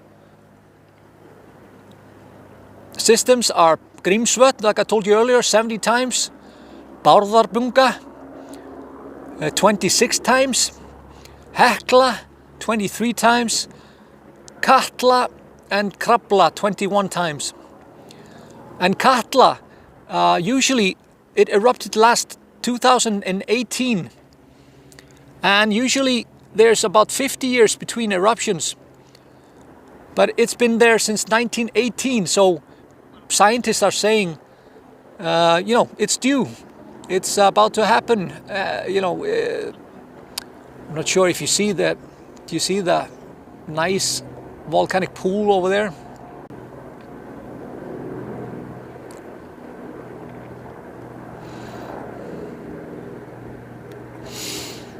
Exactly, Birta. Documents from England and France that the skies got dark grey and the sun seemed red.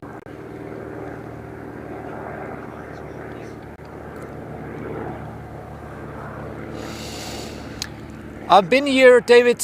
Question, are you planning to streaming from there regularly? I've been here, and if it goes on continuing, then probably yes, more.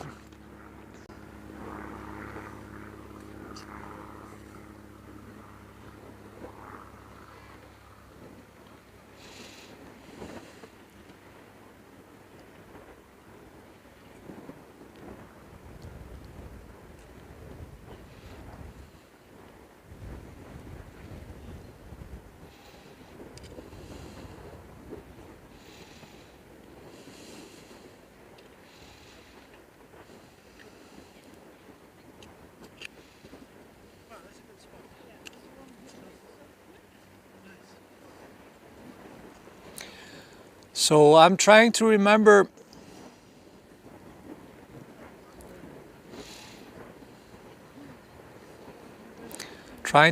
here. So like for example the lava from the Reykjavik eruption called Eldhraun, or the fire lava, is 565 square kilometers. 565 square kilometers. And these aerosols that it spewed from were sulfuric acid aerosols. So some description: 17th of June 1983, the sun is red.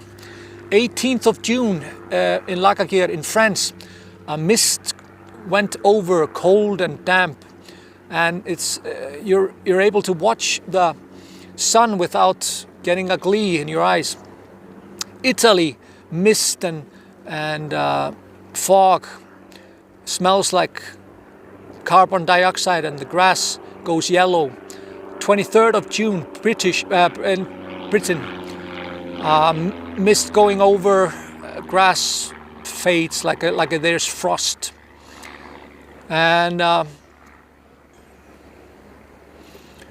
there's drought in North Africa, in India, Japan, very cold in North America, ice all the way to New Orleans. People could go skating after this, which they have never done before and have never done since, like in Holland. And this was one of the coldest winters in Europe after this.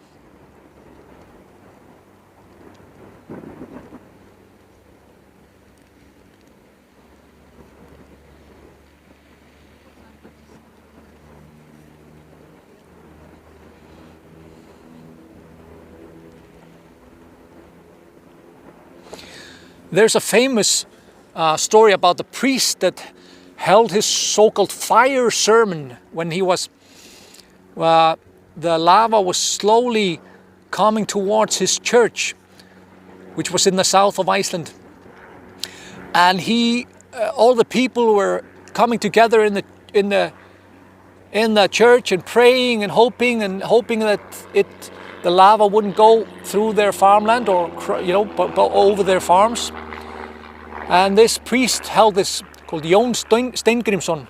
He held this fire sermon, and he was basically talking to God and asking him for help. And sure enough, the lava stopped just about a kilometer or two from the church when he was preaching. So after that, he was called the fire clerk and the fire sermon.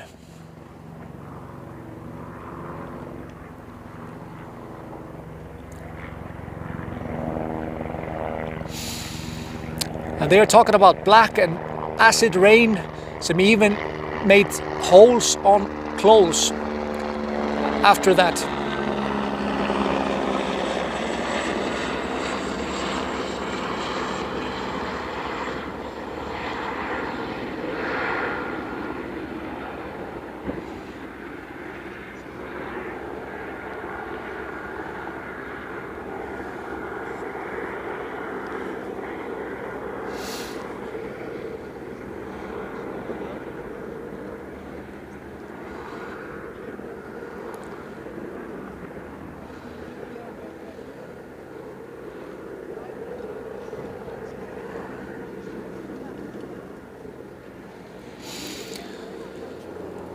And some say Ragnarök, the final days of the gods, where the gods and giants fight amongst themselves to death, where the old world order collapses of the old Norse gods and a new one emerges. According to the legend, humans survive thanks to a man and woman who wisely hid out in a forest during the destruction, sipping morning dew to stay alive. One theory holds that the fire giant Surtur, which wields a flaming sword and fought the god Freyr at Ragnarök, may have been a volcano demon.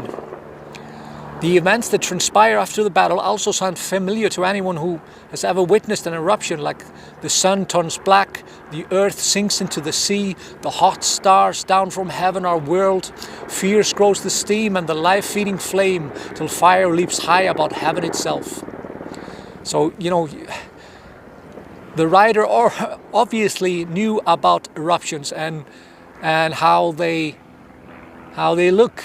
This is a description of an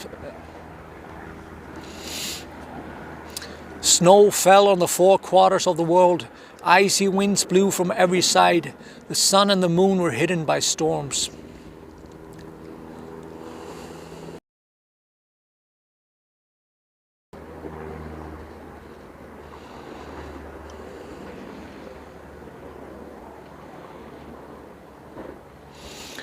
So just a little bit of a description of Hekla. Great is the power of darkness.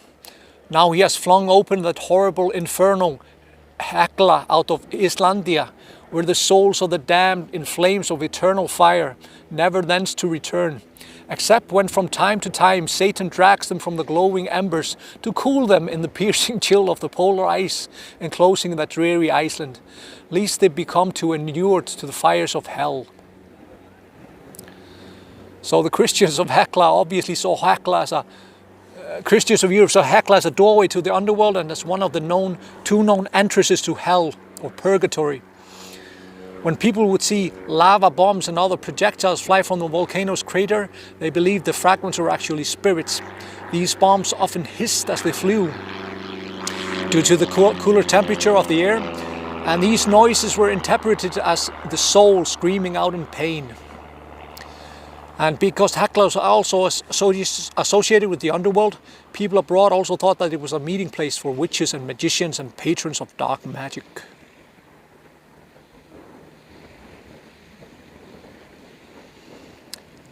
So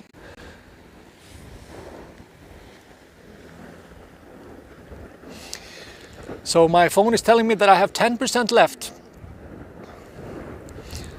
So yeah, we'll just keep on going until the phone dies. Then I will recharge it, maybe grab a little bit of a energy boost and be back with you maybe soon, hopefully. Jill, do I believe in witches? Yes, of course. Or I don't dismiss the fact that maybe they exist. So, battery life just 5%. So I am going to try to... My screen just got dark.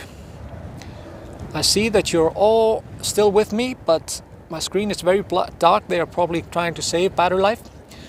So guys, I'm gonna leave you now.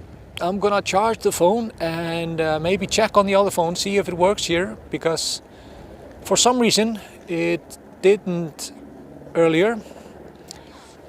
So maybe I'll be back with you maybe a little bit. We'll see. But takk fyrir mig. Valur, your friend in Reykjavik, signing off from Fagradalsfjall's eruption, or the beautiful valley mountain eruption. Bless, bless.